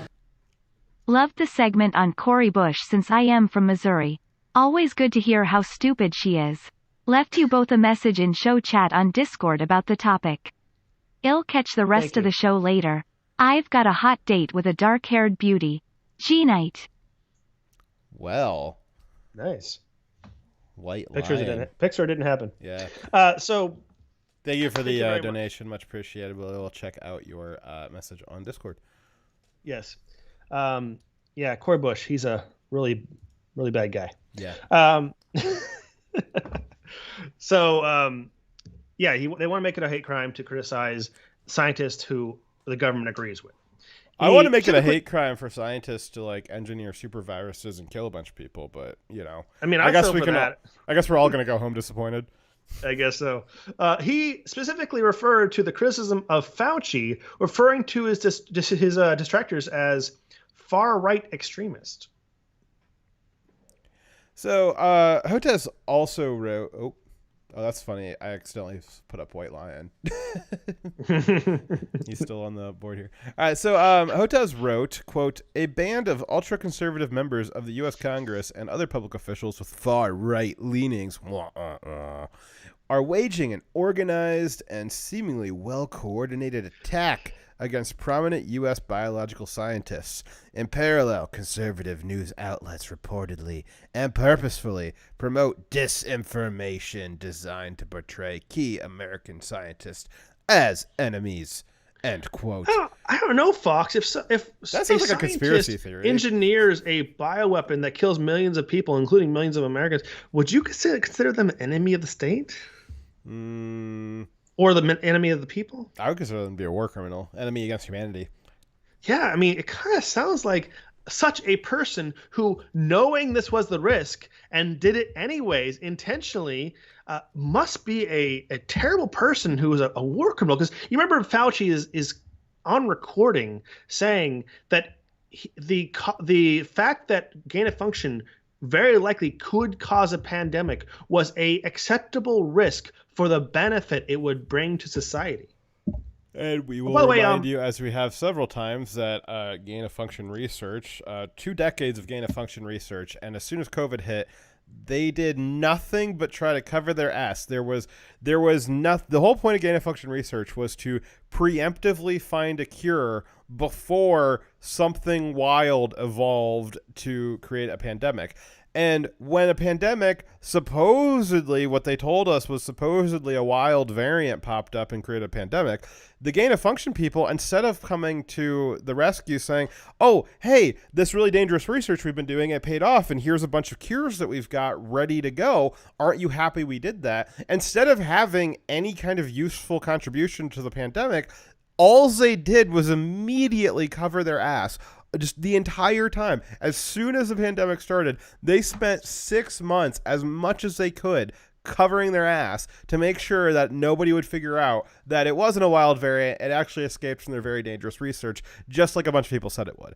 If gain of function was useful, this pandemic would have shown its use. I think now that we've had a test case that gain of function is not useful, that the supposed benefit of it being a preempt to a pandemic, that has been shown to be false, and gain of function needs to be stopped across the board now that we've seen that. I'm sure I was going somewhere with that, but here I am. Dyer. Yes, and also we're going to come back to this later, but I think this is also a great rebuke to the using vaccine research and as diplomacy. It's a big rebuke to that saying that, oh, we'll work together on vaccine research with other countries and that'll bring us closer together. That didn't work. But in fact, it only made it more dangerous. If we can't use vaccines as diplomacy, how are we going to funnel millions to billions of taxpayer dollars into adversarial countries? Fox, they will find other ways. Oh, okay. Thank you for clarifying that, Dyer, because I was very concerned that if we don't have an avenue for funneling billions of taxpayer dollars into our enemies to make sure that we always have perpetual war, I just don't. Thank you for clarifying that there's other avenues, because don't worry, there's still hope. Yeah, for a second there, I thought we were in trouble. So, by his definition, half the country would be jailed for the crime of dissent, for the crime of thinking and saying they disagree with what he says and his friends say, what Fauci says. You can be jailed for disagreeing. Yeah, you know what? Criticizing. You know what, Dyer? Maybe this is accelerationist of me, but do it. Just do it. I say I go for it. Let's start rounding people up for this. Do it. Let's try. Let's get this show on the road now before we go through another couple of years of complacency and they do it anyways. Just do it now. I dare you. They try it now, and all those people that they are saying that are immune to criticism probably would not survive the coming revolution. Yeah. To the Cori Bushes and the Faucis of the world, why wait for a couple more years? Just do it now. Let's turn your property into a gulag and just get started. You go door to door yourself. Let's I don't want to wait for another couple of years while the rest of the populace gets more and more complacent with what's going on. Let's just do it now. Let's go. Yep.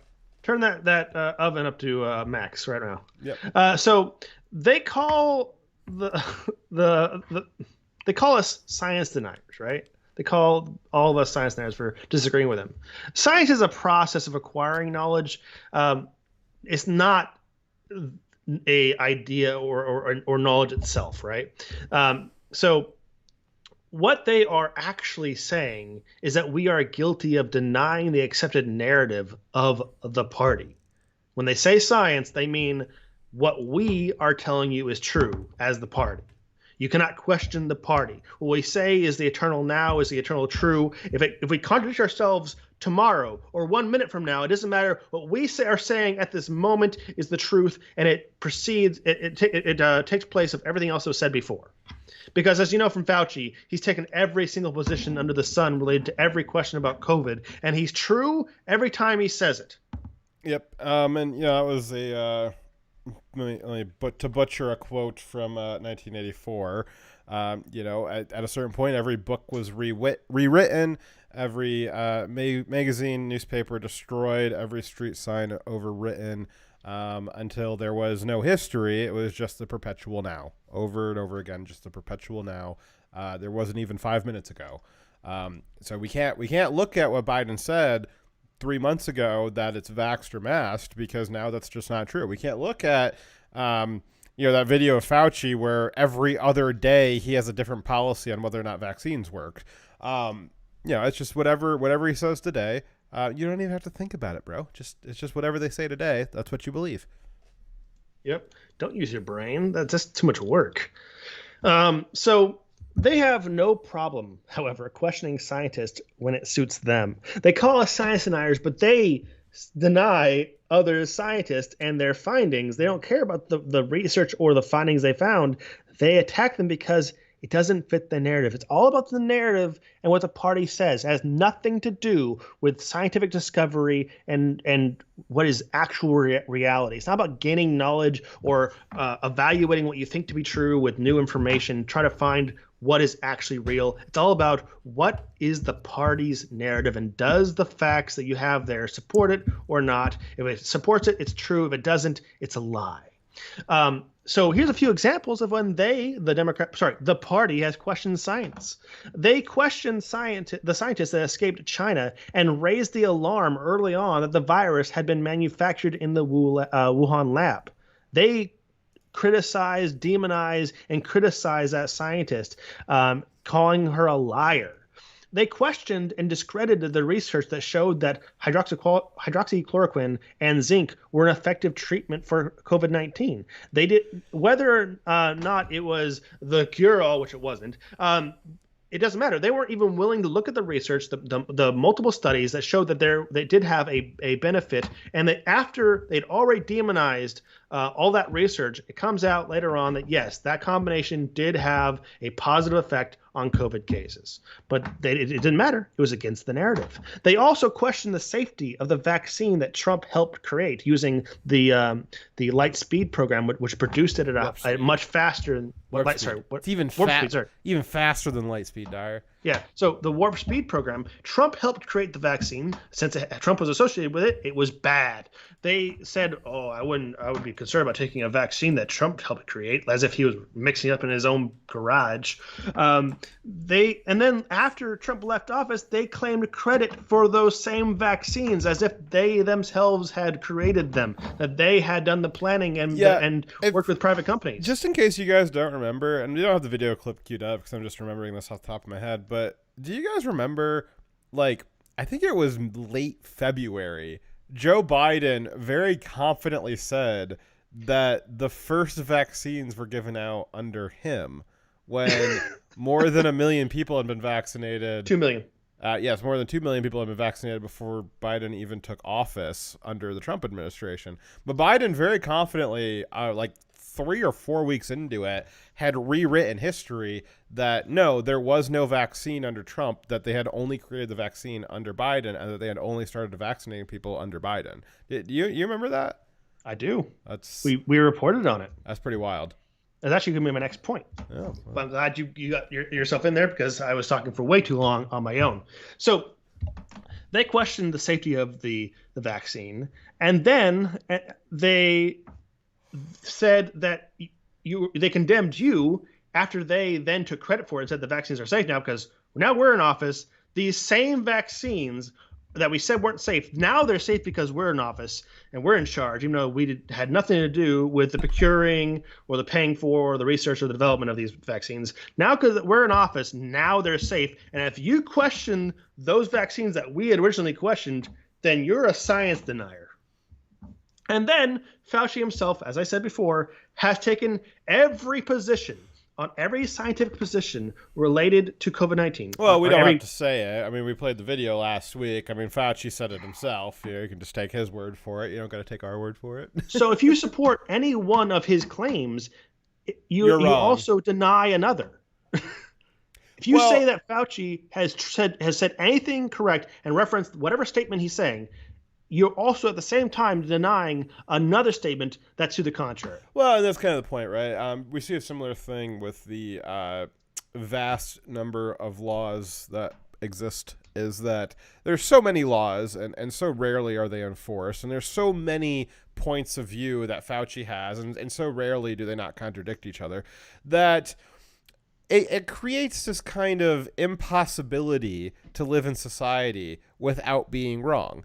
But what that allows are elites, are officials that are in high office, is that allows them to pick and choose who they like and who they don't like. And since everybody has run afoul of some law, everybody has run afoul of what Fauci's official position is, because they all contradict each other. It's impossible to not violate them.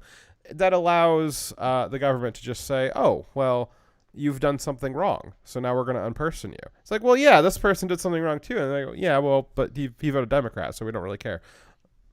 It just is a way for the state to exercise power, to brand you as a dissident. Everybody is a dissident, but they will only act on certain dissidents if your political ideology doesn't align, which is why there needs to be far less laws than there currently are, because it's just impossible to navigate society without running afoul of the law. So then you get the double standard where you've got people like Cuomo and Biden who are allowed to molest children on camera in front of a live national audience. But if you say, it's a little weird that Fauci said one day to wear masks, and the next day he said not to wear masks, and the day after that he said to wear 2 masks. Well, now you need to be prosecuted for a hate crime. That's how those two things are compatible. Yep. Thank you for the lemon, and thank you for the follow. Yes, thank you, cultologist. What a name. We're up here. Where are we? Okay. Hotez even compares the intentions of the Trump administration and its America, quote, America First allies, to those of Adolf Hitler, Benito Mussolini, Joseph Stalin, Marxists, and Leninists. Wow. The person suggesting we imprison people for political opinions is calling us Nazis and socialists and Marxists. At the same time. That's pretty, you're a superist. It's almost like this person is unintelligent. It is also important to mention that Dr. Hotez's work has been directly funded by Anthony Fauci's National Institute of Allergy and Infectious Diseases since 1993, and the NIAID is funded by you, the taxpayer. Dr. Hotez is defending his boss, Dr. Fauci, and his benefactor, Dr. Fauci, and against Hotez, you, the taxpayer. And Hotez is also guilty as sin. We had no idea who this guy was before this week when he published an article saying... and mind you, like a couple of hours ago.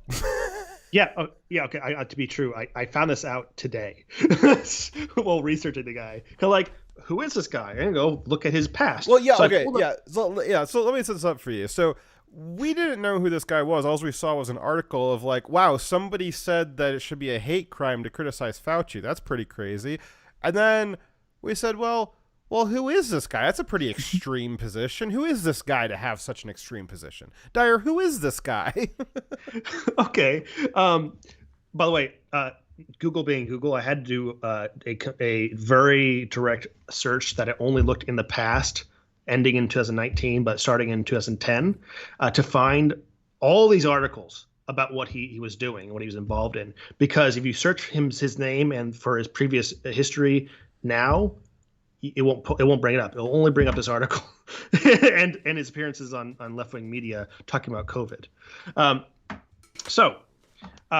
We had no idea who this guy was until we saw the article about him saying we should put people in prison. People like us should be in prison.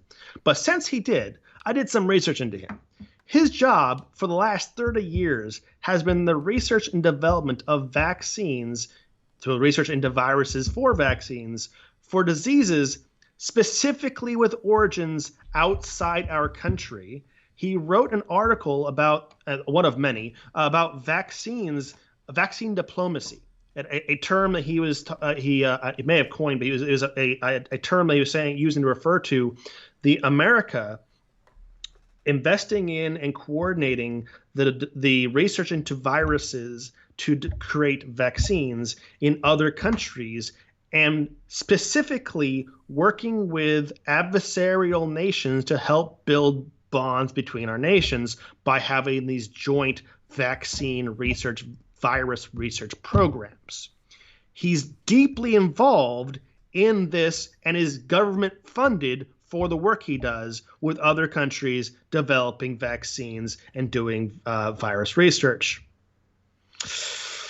So it is more than likely the reason why he is defending his boss, Fauci, is because he also was guilty as sin for the same thing Fauci did. He is probably one of the actual scientists involved in the research. Wow. Yeah.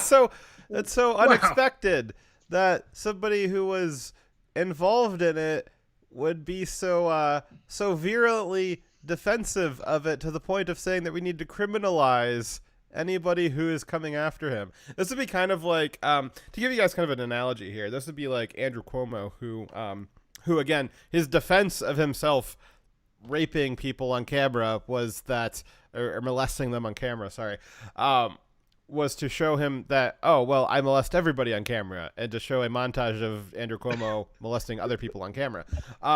This would be like Andrew Cuomo coming out and saying, maybe we should criminalize people who don't want me to molest people on camera.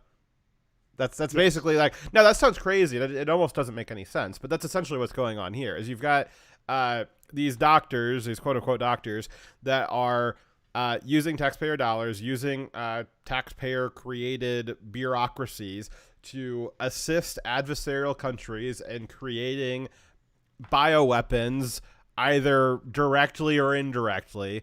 And now they're saying, oh, any criticism of us doing that with your tax dollars, that should be criminalized to the point of being a hate crime. And you're probably a Nazi for even thinking it. It's just a little on the nose. Yeah, a little on the nose.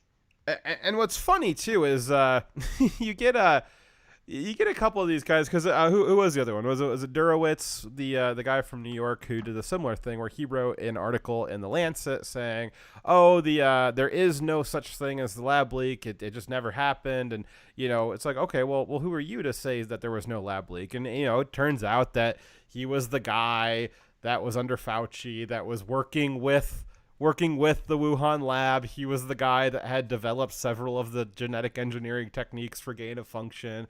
And somehow he's the guy who's saying, well, it's absolutely impossible that there was a lab leak, when he was the guy who was working with that lab on the thing that theoretically got out. And it's kind of one of those things where, it's like the cat that ate the canary. He's got the bird feather sticking out of his mouth there. If you walked up on Dyer and, he's got a fresh pile of dirt next to him, and there's a bunch of, just nice kept grass, and all of a sudden there's just this pile of upturned dirt. It's like, hey, Dyer, like, what's that pile of dirt? And Dyer is definitely just not bodies. I definitely didn't bury any bodies in there. Nope, not bodies. I never said anything about bodies. It's now I kind of think that you got a body under there. And so So when you've got these scientists like virulently saying, viciously defending that there is no lab leak, anybody who's saying that there's a lab leak, they need to be jailed and worse. And a lot of us were kind of here saying, like, wait a second, who said anything about a lab leak? Obviously now we're saying stuff about a lab leak, but it's only because they said, well, there was no lab leak. And it was like, well, I didn't think that there was a lab leak, but now I kind of do. Why are you defending it so much? Exactly. So that's to you. Where are we at? CDC. Okay, so moving on to our next kind of like sub story under COVID, we have the CDC. You might have thought that it was the Center for Disease Control, but it's actually the Center for Disease and Mortgage Control, or Rent Control. The CDC has now not determined that it has the power, but has just merely seized the power, merely declared it so, that it has the power to decide when landlords get paid. CDC Director Rochelle Walensky this week signed an order halting all evictions in areas of high COVID. This order will expire on October 3rd, 2021. Now, Dyer, this order sounds very similar to another order that was also released by the CDC last year.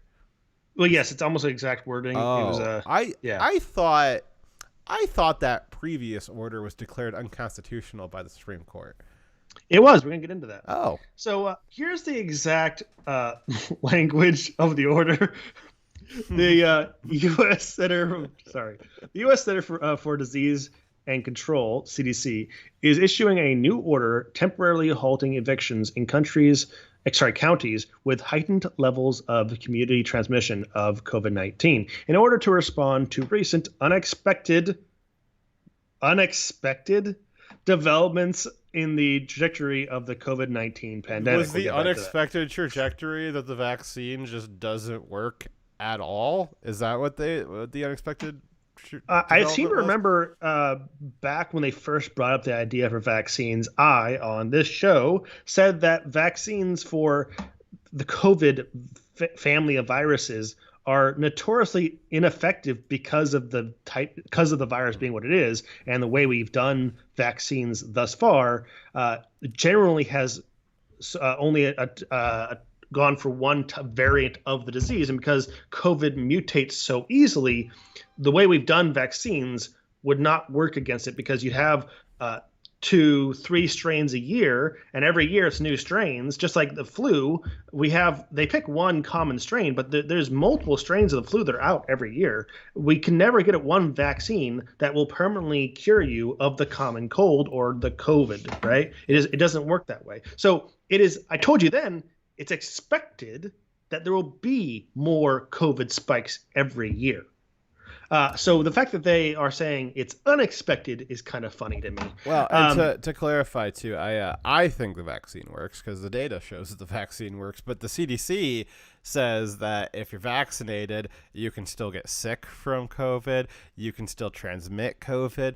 You actually might be more likely to transmit COVID in some cases, that you can still die from COVID.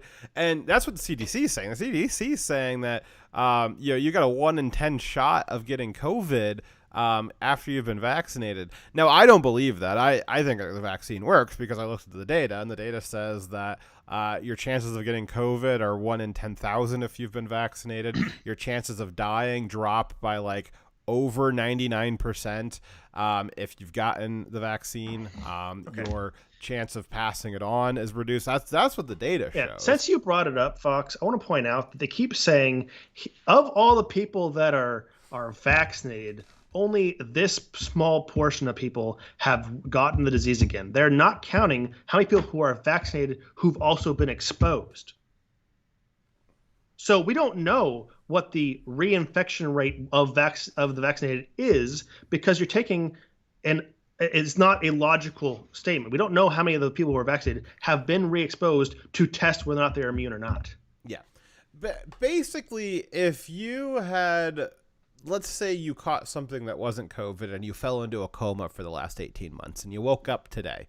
18 months ago, we were getting into lockdown and all that stuff.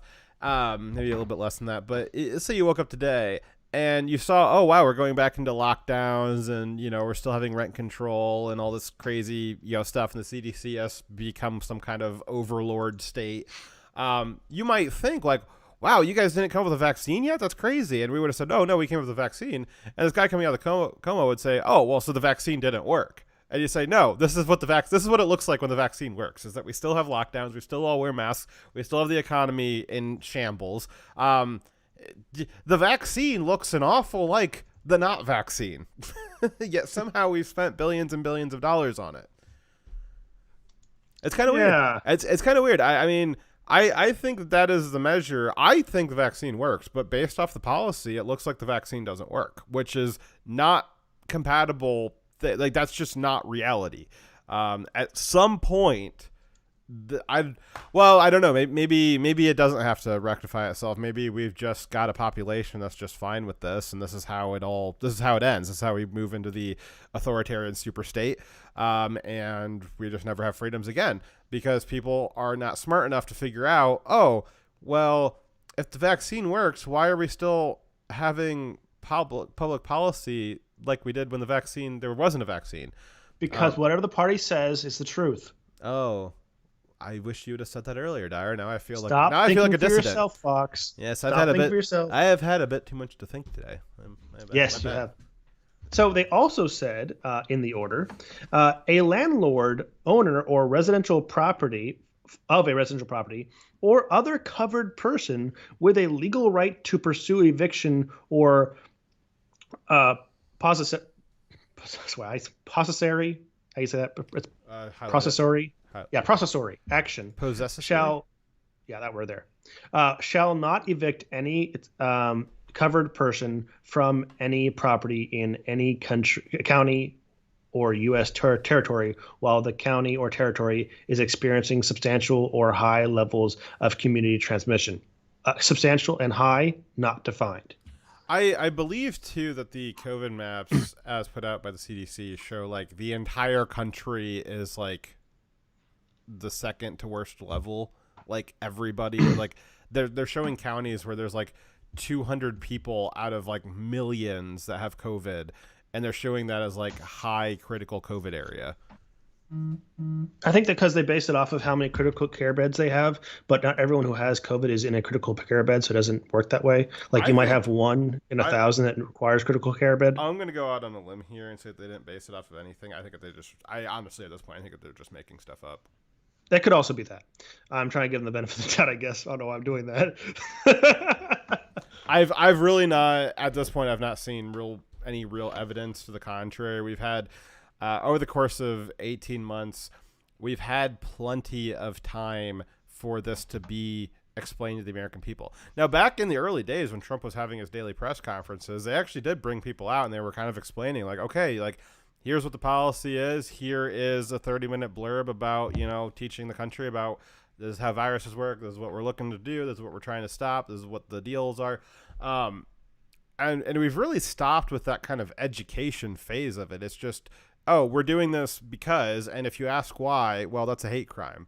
You might go to jail. Yeah. So I don't think that they're the CDC at this point. I think that with the current administration and the current media landscape, I think that they think that they don't have any burden of proof on them at all. And I think at this point, things are literally being made up. We can see that from different interviews with the head of the CDC, Rochelle Walensky, where she has directly, within the last couple of days, directly contradicted by thousands of percent CDC numbers that had come out the same day.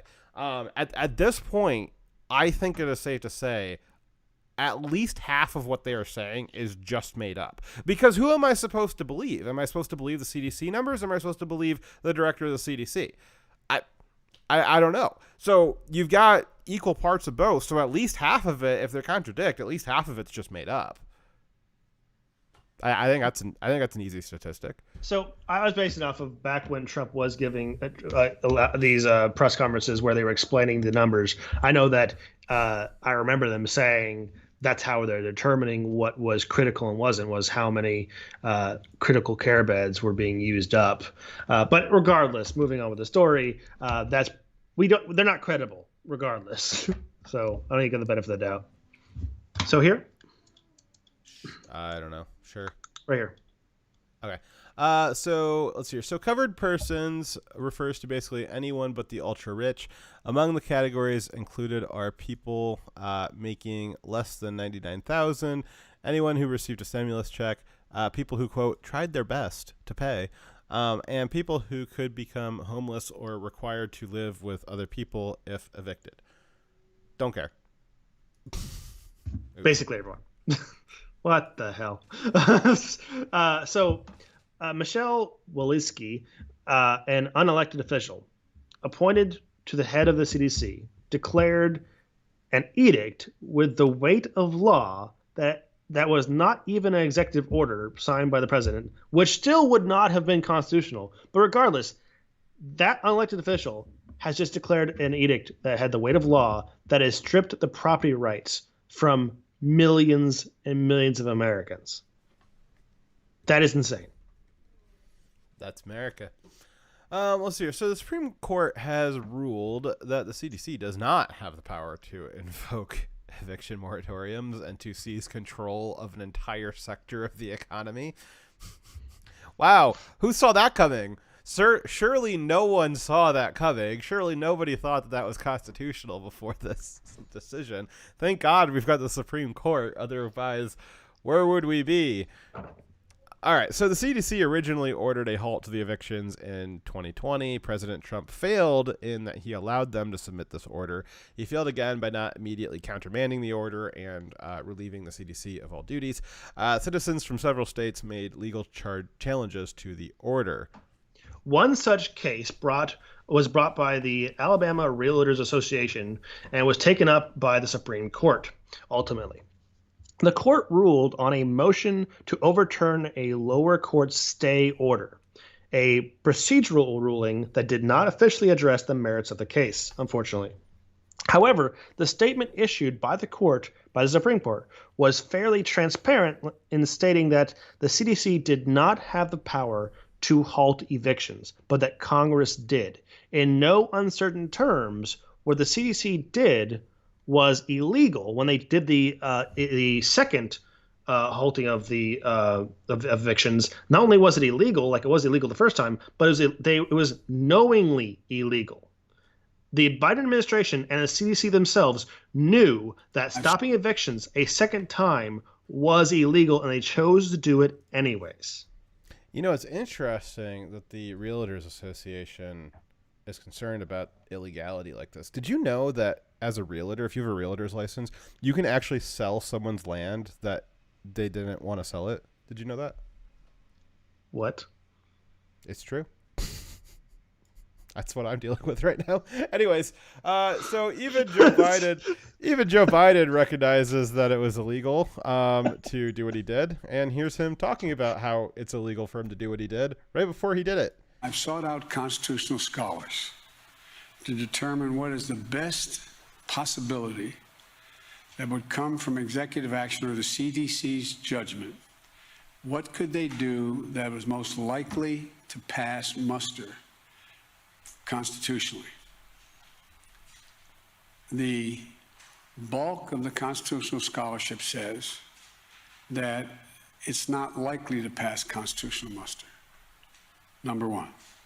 But there are several key scholars who think that it may, and it's worth the effort. Everybody said it was unconstitutional, so we went and found more until we found the people that said it was constitutional. Oh, Dyer, did I lose you? Oh, no. We got a couple guys to agree with us, so we're just going to go with their opinion and not the rest of them.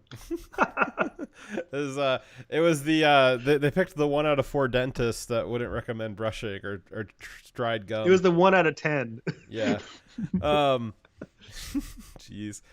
Okay, so the Biden administration knowingly broke the law, as Biden just admitted right there. They knew that most people thought that this was against the law. And so they are criminals. Criminals is the word for people who break the law. Tyrants is the word for politicians who would put you in jail for recognizing that they broke the law. Yes. So Maxine Waters disagreed based on the concept of might makes right. See, she thinks that the CDC does have the power to take away your property rights, to say that you cannot say who can live in your property. You cannot require payment for someone who signed a contract to live in your property. No, because they have the guns. and you can't stop them. Thus, they have the right to do it. On 2 August, Waters tweeted, "I don't buy that the CC can't extend the eviction moratorium. Something it has to already something it has already done in the past. Who is going to stop them? Who is going to penalize them? There is no official ruling saying they cannot extend the moratorium. Come on, CDC, have a heart. Just do it." Her reasoning there is, we're not going to stop them. We're not going to penalize them. We, the government, support this unconstitutional thing. Just because the Supreme Court didn't rule on a specific case saying they couldn't do it, even though they said it was unconstitutional, it doesn't matter. Like, who's going to enforce the Constitution? We're the government. I know who's going to enforce it, Dyer. Do you know who? Who? Nazi fags. That was Maxine Waters urging an unelected official to take away the property rights of millions of Americans based on the justification that no one can stop them because the government is the one with the guns. We can do whatever we want. Yep. This is not an issue of whether or not the government should give relief to people facing homelessness due to the harmful and unconstitutional policies put in place by the government that directly victimize them. Another option is for the government to be held responsible for the damage they caused. It was government officials that robbed Americans of their jobs, making it so they could not pay their rent. Why should it be the landlords that why should they have to pay the price for the government's failure? Why should the landlord now sacrifice that income from their property and be victimized again by the government because the government failed in the first place? Nancy Pelosi, Maxine Waters, Michelle Walensky, and any other politician who voted or was involved in instituting the lockdowns should have their wages stripped to pay for the reparations for those they victimized. Yes, they should have their house forcibly rented out. Yes, you want to have eviction moratorium? Okay, Nancy Pelosi has a very nice mansion. How about all the people who are being evicted being moved into her mansion and live there rent free until whenever the COVID thing's dealt with? Speaking of Nancy Pelosi, on August 1st, she wrote in a tweet that the CDC, quote, "The CDC has the power to extend the eviction moratorium. As they doubled down on masks, why wouldn't they extend the moratorium in light of the Delta variant?" So basically, Nancy's saying, like, well, they're already acting tyrannical. Why don't they just keep doing it?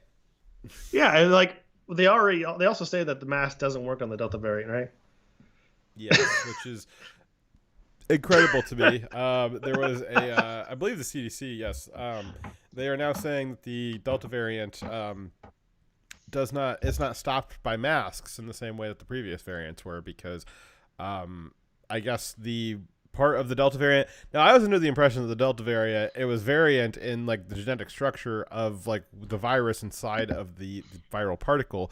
But basically what they're saying is that the Delta variant must have changed shape and size and can now fit through the mask in a way that the other ones didn't, which is just not true. There is no evidence or data that says the Delta variant, the virus particle, behaves significantly differently than the original particles. In fact, I would guess that they behave identically. So I don't. That's why I'm saying, like, I think. What I'm getting from this is that there's stuff just being made up right now. You have different parts of the government all disagreeing with each other, and you're not allowed to point that out. And at a certain point, like, they have to have gotten the disagreement from somewhere. Like when Biden says one thing and the CDC says another thing, and then the director of the CDC says a third thing, one of them is making something up. Like, they didn't all get that from data. Only one set of data exists. Like, so, but all of them are part of the narrative, so all of them are right. So that's where I'm saying, like, this new stuff with the masks, like, I think the CDC is just making stuff up at this point. I really do.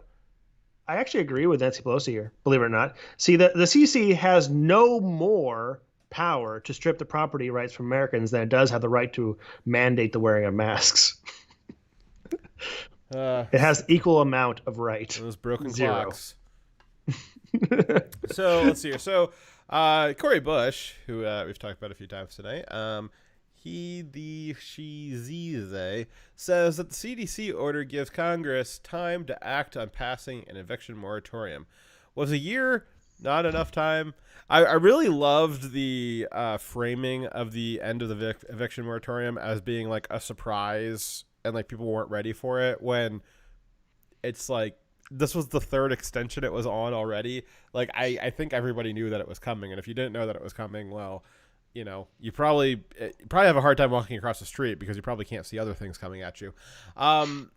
So Pelosi and the lead Democrats, the squad, refused to hold a vote on the matter. They've had control of Congress for 6 months, and they've done essentially nothing but spending with it. And I don't know. I guess maybe they don't have enough votes. I don't know. Maybe not all the Democrats are as gung ho about using the state to become an authoritarian Fifth Reich. I don't think they want to go on record as having voted for taking away people's income and property rights. That's why they're having the CDC do it. I think that there's a lot of suburban elites who have rental properties that vote Democrat that are probably not going to be voting Democrat next time around. And if you're and honestly, I mean, this is one of those stories where maybe we got to go county by county. And if there's counties where there's large amounts of renters and that county voted blue, well, that's kind of on the renters, or that's kind of on the landlords. They kind of got what they deserved, right? Yeah, but this is a federal policy which is affecting states that it didn't vote for this, so that's why it's a problem. Now, if California wants to has this happen to them, I wouldn't even be upset about it. You voted for it, but it's happening to Florida, it's happening in Texas, it's happening to states that are red, and they didn't vote for this tyranny. All right, next story. A split. Yep. All right. So, no picture for this one, Dyer. California jails have decided that they're going to provide condoms to female prisoners due to an increase in trans women, quote unquote, being placed in female prisons. Now, I'm guessing you don't mean a female condom, which do exist. No. All right. So, last year, the state of California passed Senate Bill 132, a law that requires California Department of Corrections and Rehabilitation to record an inmate's self-reported gender identity, gender pronouns, and titles throughout their term in the facility. They also will allow transgender prison inmates to request to be transferred to a facility that aligns with their own gender identity. As of April this year, California has granted the transfer of 25 trans, quote-unquote, women out of the 261 that have applied. Those have not, the remaining ones have not been denied. They're just still being processed. So, Fox, what do you logically predict would happen if you placed biological males criminals in a women's jail? Not rape. Anything but really? Rape. Yeah, probably knitting circles and braiding their hair and just literally everything that's not rape.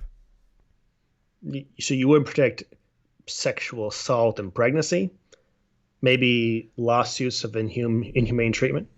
Oh gosh, would you predict that? Oh gosh, no. I would never predict that at all. Definitely not. Well, according to interviews of female inmates in the California prison system, they're now prey for men as correctional facilities prepare for an uptick in rapes and pregnancies. Wait, they're preparing for an uptick in rape? Yep. One inmate. Is this like the New York City or the New York governor's office? Just they're preparing for an uptick in rape. It's just a process for them. This is something they have to deal with every day. Not a big deal. MBD. Just a job. So one inmate in a California women's prison told the LA Times that their prison guards have warned them to expect sexual violence.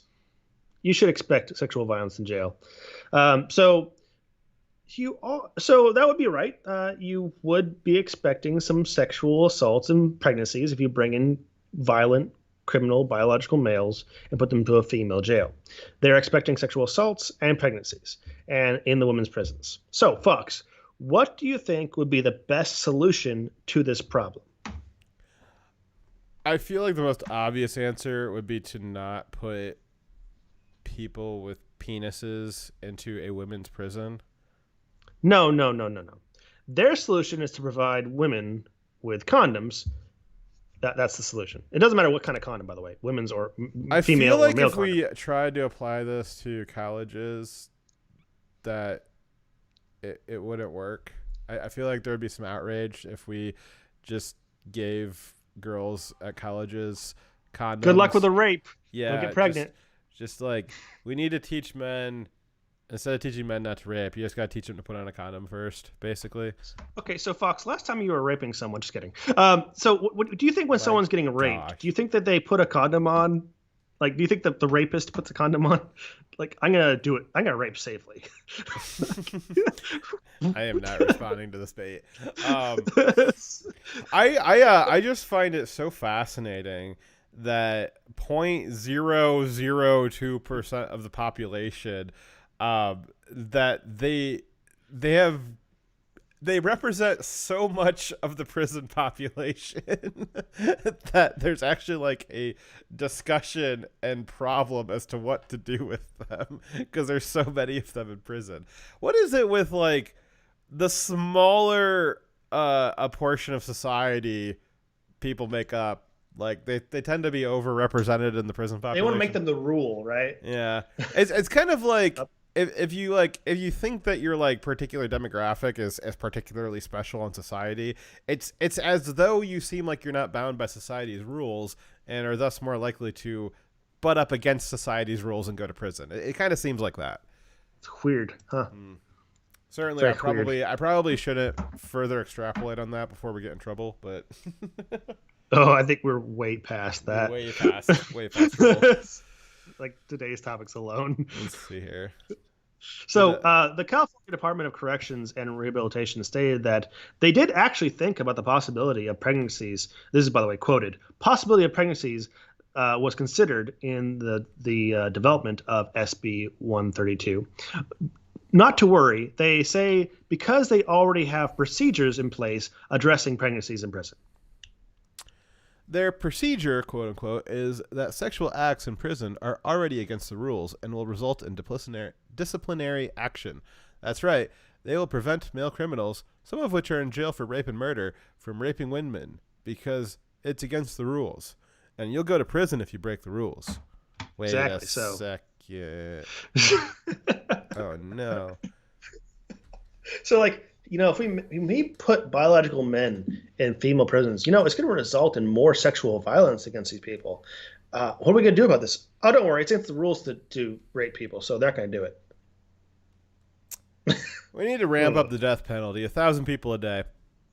I actually agree with you on the number. I'm flexible. You get 100 days of that, crime in America stops. Yeah. I think we can discuss the number a day, but I agree with the I think the discussion is that 1,000's a starting point. I'm willing to go up, but... Oh, yeah, I think it's probably much higher. Okay. All right. So this is just a little ridiculous story that they don't care about actually...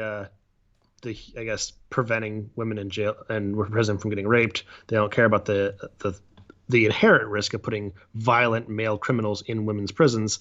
So they're just gonna give them condoms. Basically, the moral of like all the stories tonight and previously and in the future, I'm sure, as the Democrats and most authoritarians in general, they kind of look at society as like a Sims game where there's not really any consequences to what they do, and they kind of want to just experiment to see what happens. They don't care about people. That's the thing. They claim to be the party that cares about people. They always push their arguments of emotional arguments, trying to make you feel right for their case. But in the end, they would sacrifice every last one of you on the altar of their own wealth, Now- their own power. Now we know that because we have at least 100 examples from the last century of that happening. Dyer, do you think after this time, like maybe in the future, like the next cycle will like take this more seriously and like prevent these people from acquiring power in the first place? Because we seem to not take these things seriously at all, and we just kind of laugh our way all the way up to the gallows, over and over and over again. I mean, how many times do you think that they're going to be able, the left, the Marxist ideologies, the totalitarians of the world, they're going to be able to do this over and over and over again using the exact same talking points every time? Like, at some point, do you think that like society will just say like, oh, I recognize that from the last 732 times, we're going to say no this time. You got once shame on me, 727 times shame on you, but like this time we're the buck stops here. Like, do you think that's going to be next cycle, or do you think that they're going to be able to do this a few more times? When I make predictions, I base it off of historical examples of what has happened in similar situations and base that on what's likely going to happen. So in all likelihood, it is we're going to follow the same path as before, because most good people don't want to do what it would take to fight off the small number of people who are willing to be violent. And the number of people who are good people who will have the capacity for violence and actually have something to lose, there's not enough. They're not coordinated enough. They don't work well enough. And for the revolution we had in America that created a country that's based on the idea of freedoms and liberties, that is a rarity. It was a very unique set of circumstances that allowed a very small number of people who were freedom-minded to actually lead a country to revolution. So I don't know if we have... Humanity will just be perpetually doomed to be torn down by collectivists and kleptocrats over and over again forever. Power is a very corrupting thing, and it is very hard for someone to not be intoxicated by it. You're talking about human nature right now, Fox. It's kind of hard. Well, we had a decent strategy, which was just give everybody a gun, and that seemed to hold them back for about 200 years. It was pretty solid run there. Consequence for bad leadership is a self-correcting thing, isn't it? Kind of sort of related, but more of a personal story. So I moved recently, as some of you guys know, and I've been checking out the local stores, and I found a store that I did not know sold ammo, and I think a lot of other people don't know that they sell ammo either, and they have all the good stuff for really cheap. It was great. And so now I have this like new secret place to go buy ammo that apparently nobody knows about. That's cool. I'm very excited. I got a bunch of 5.56. I have no ammo sold in my area. Yeah. I shot all your ammo once. It was very fun. No, you shot some I bought just for your trip. I have my load of ammo somewhere else. I wouldn't give you all my bullets. Are you crazy?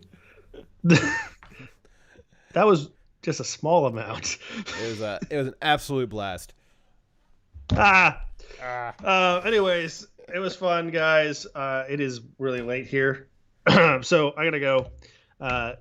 Thank you, Fox. Thank you, audience. Y'all been great. We will be probably returning to a more stable schedule next week, though the time will now be permanently moved to 5 p.m. Eastern on Saturdays. We are hoping to maintain that for the foreseeable future, but that will be the new showtime target moving forward. Yes. Alrighty. See you guys next week.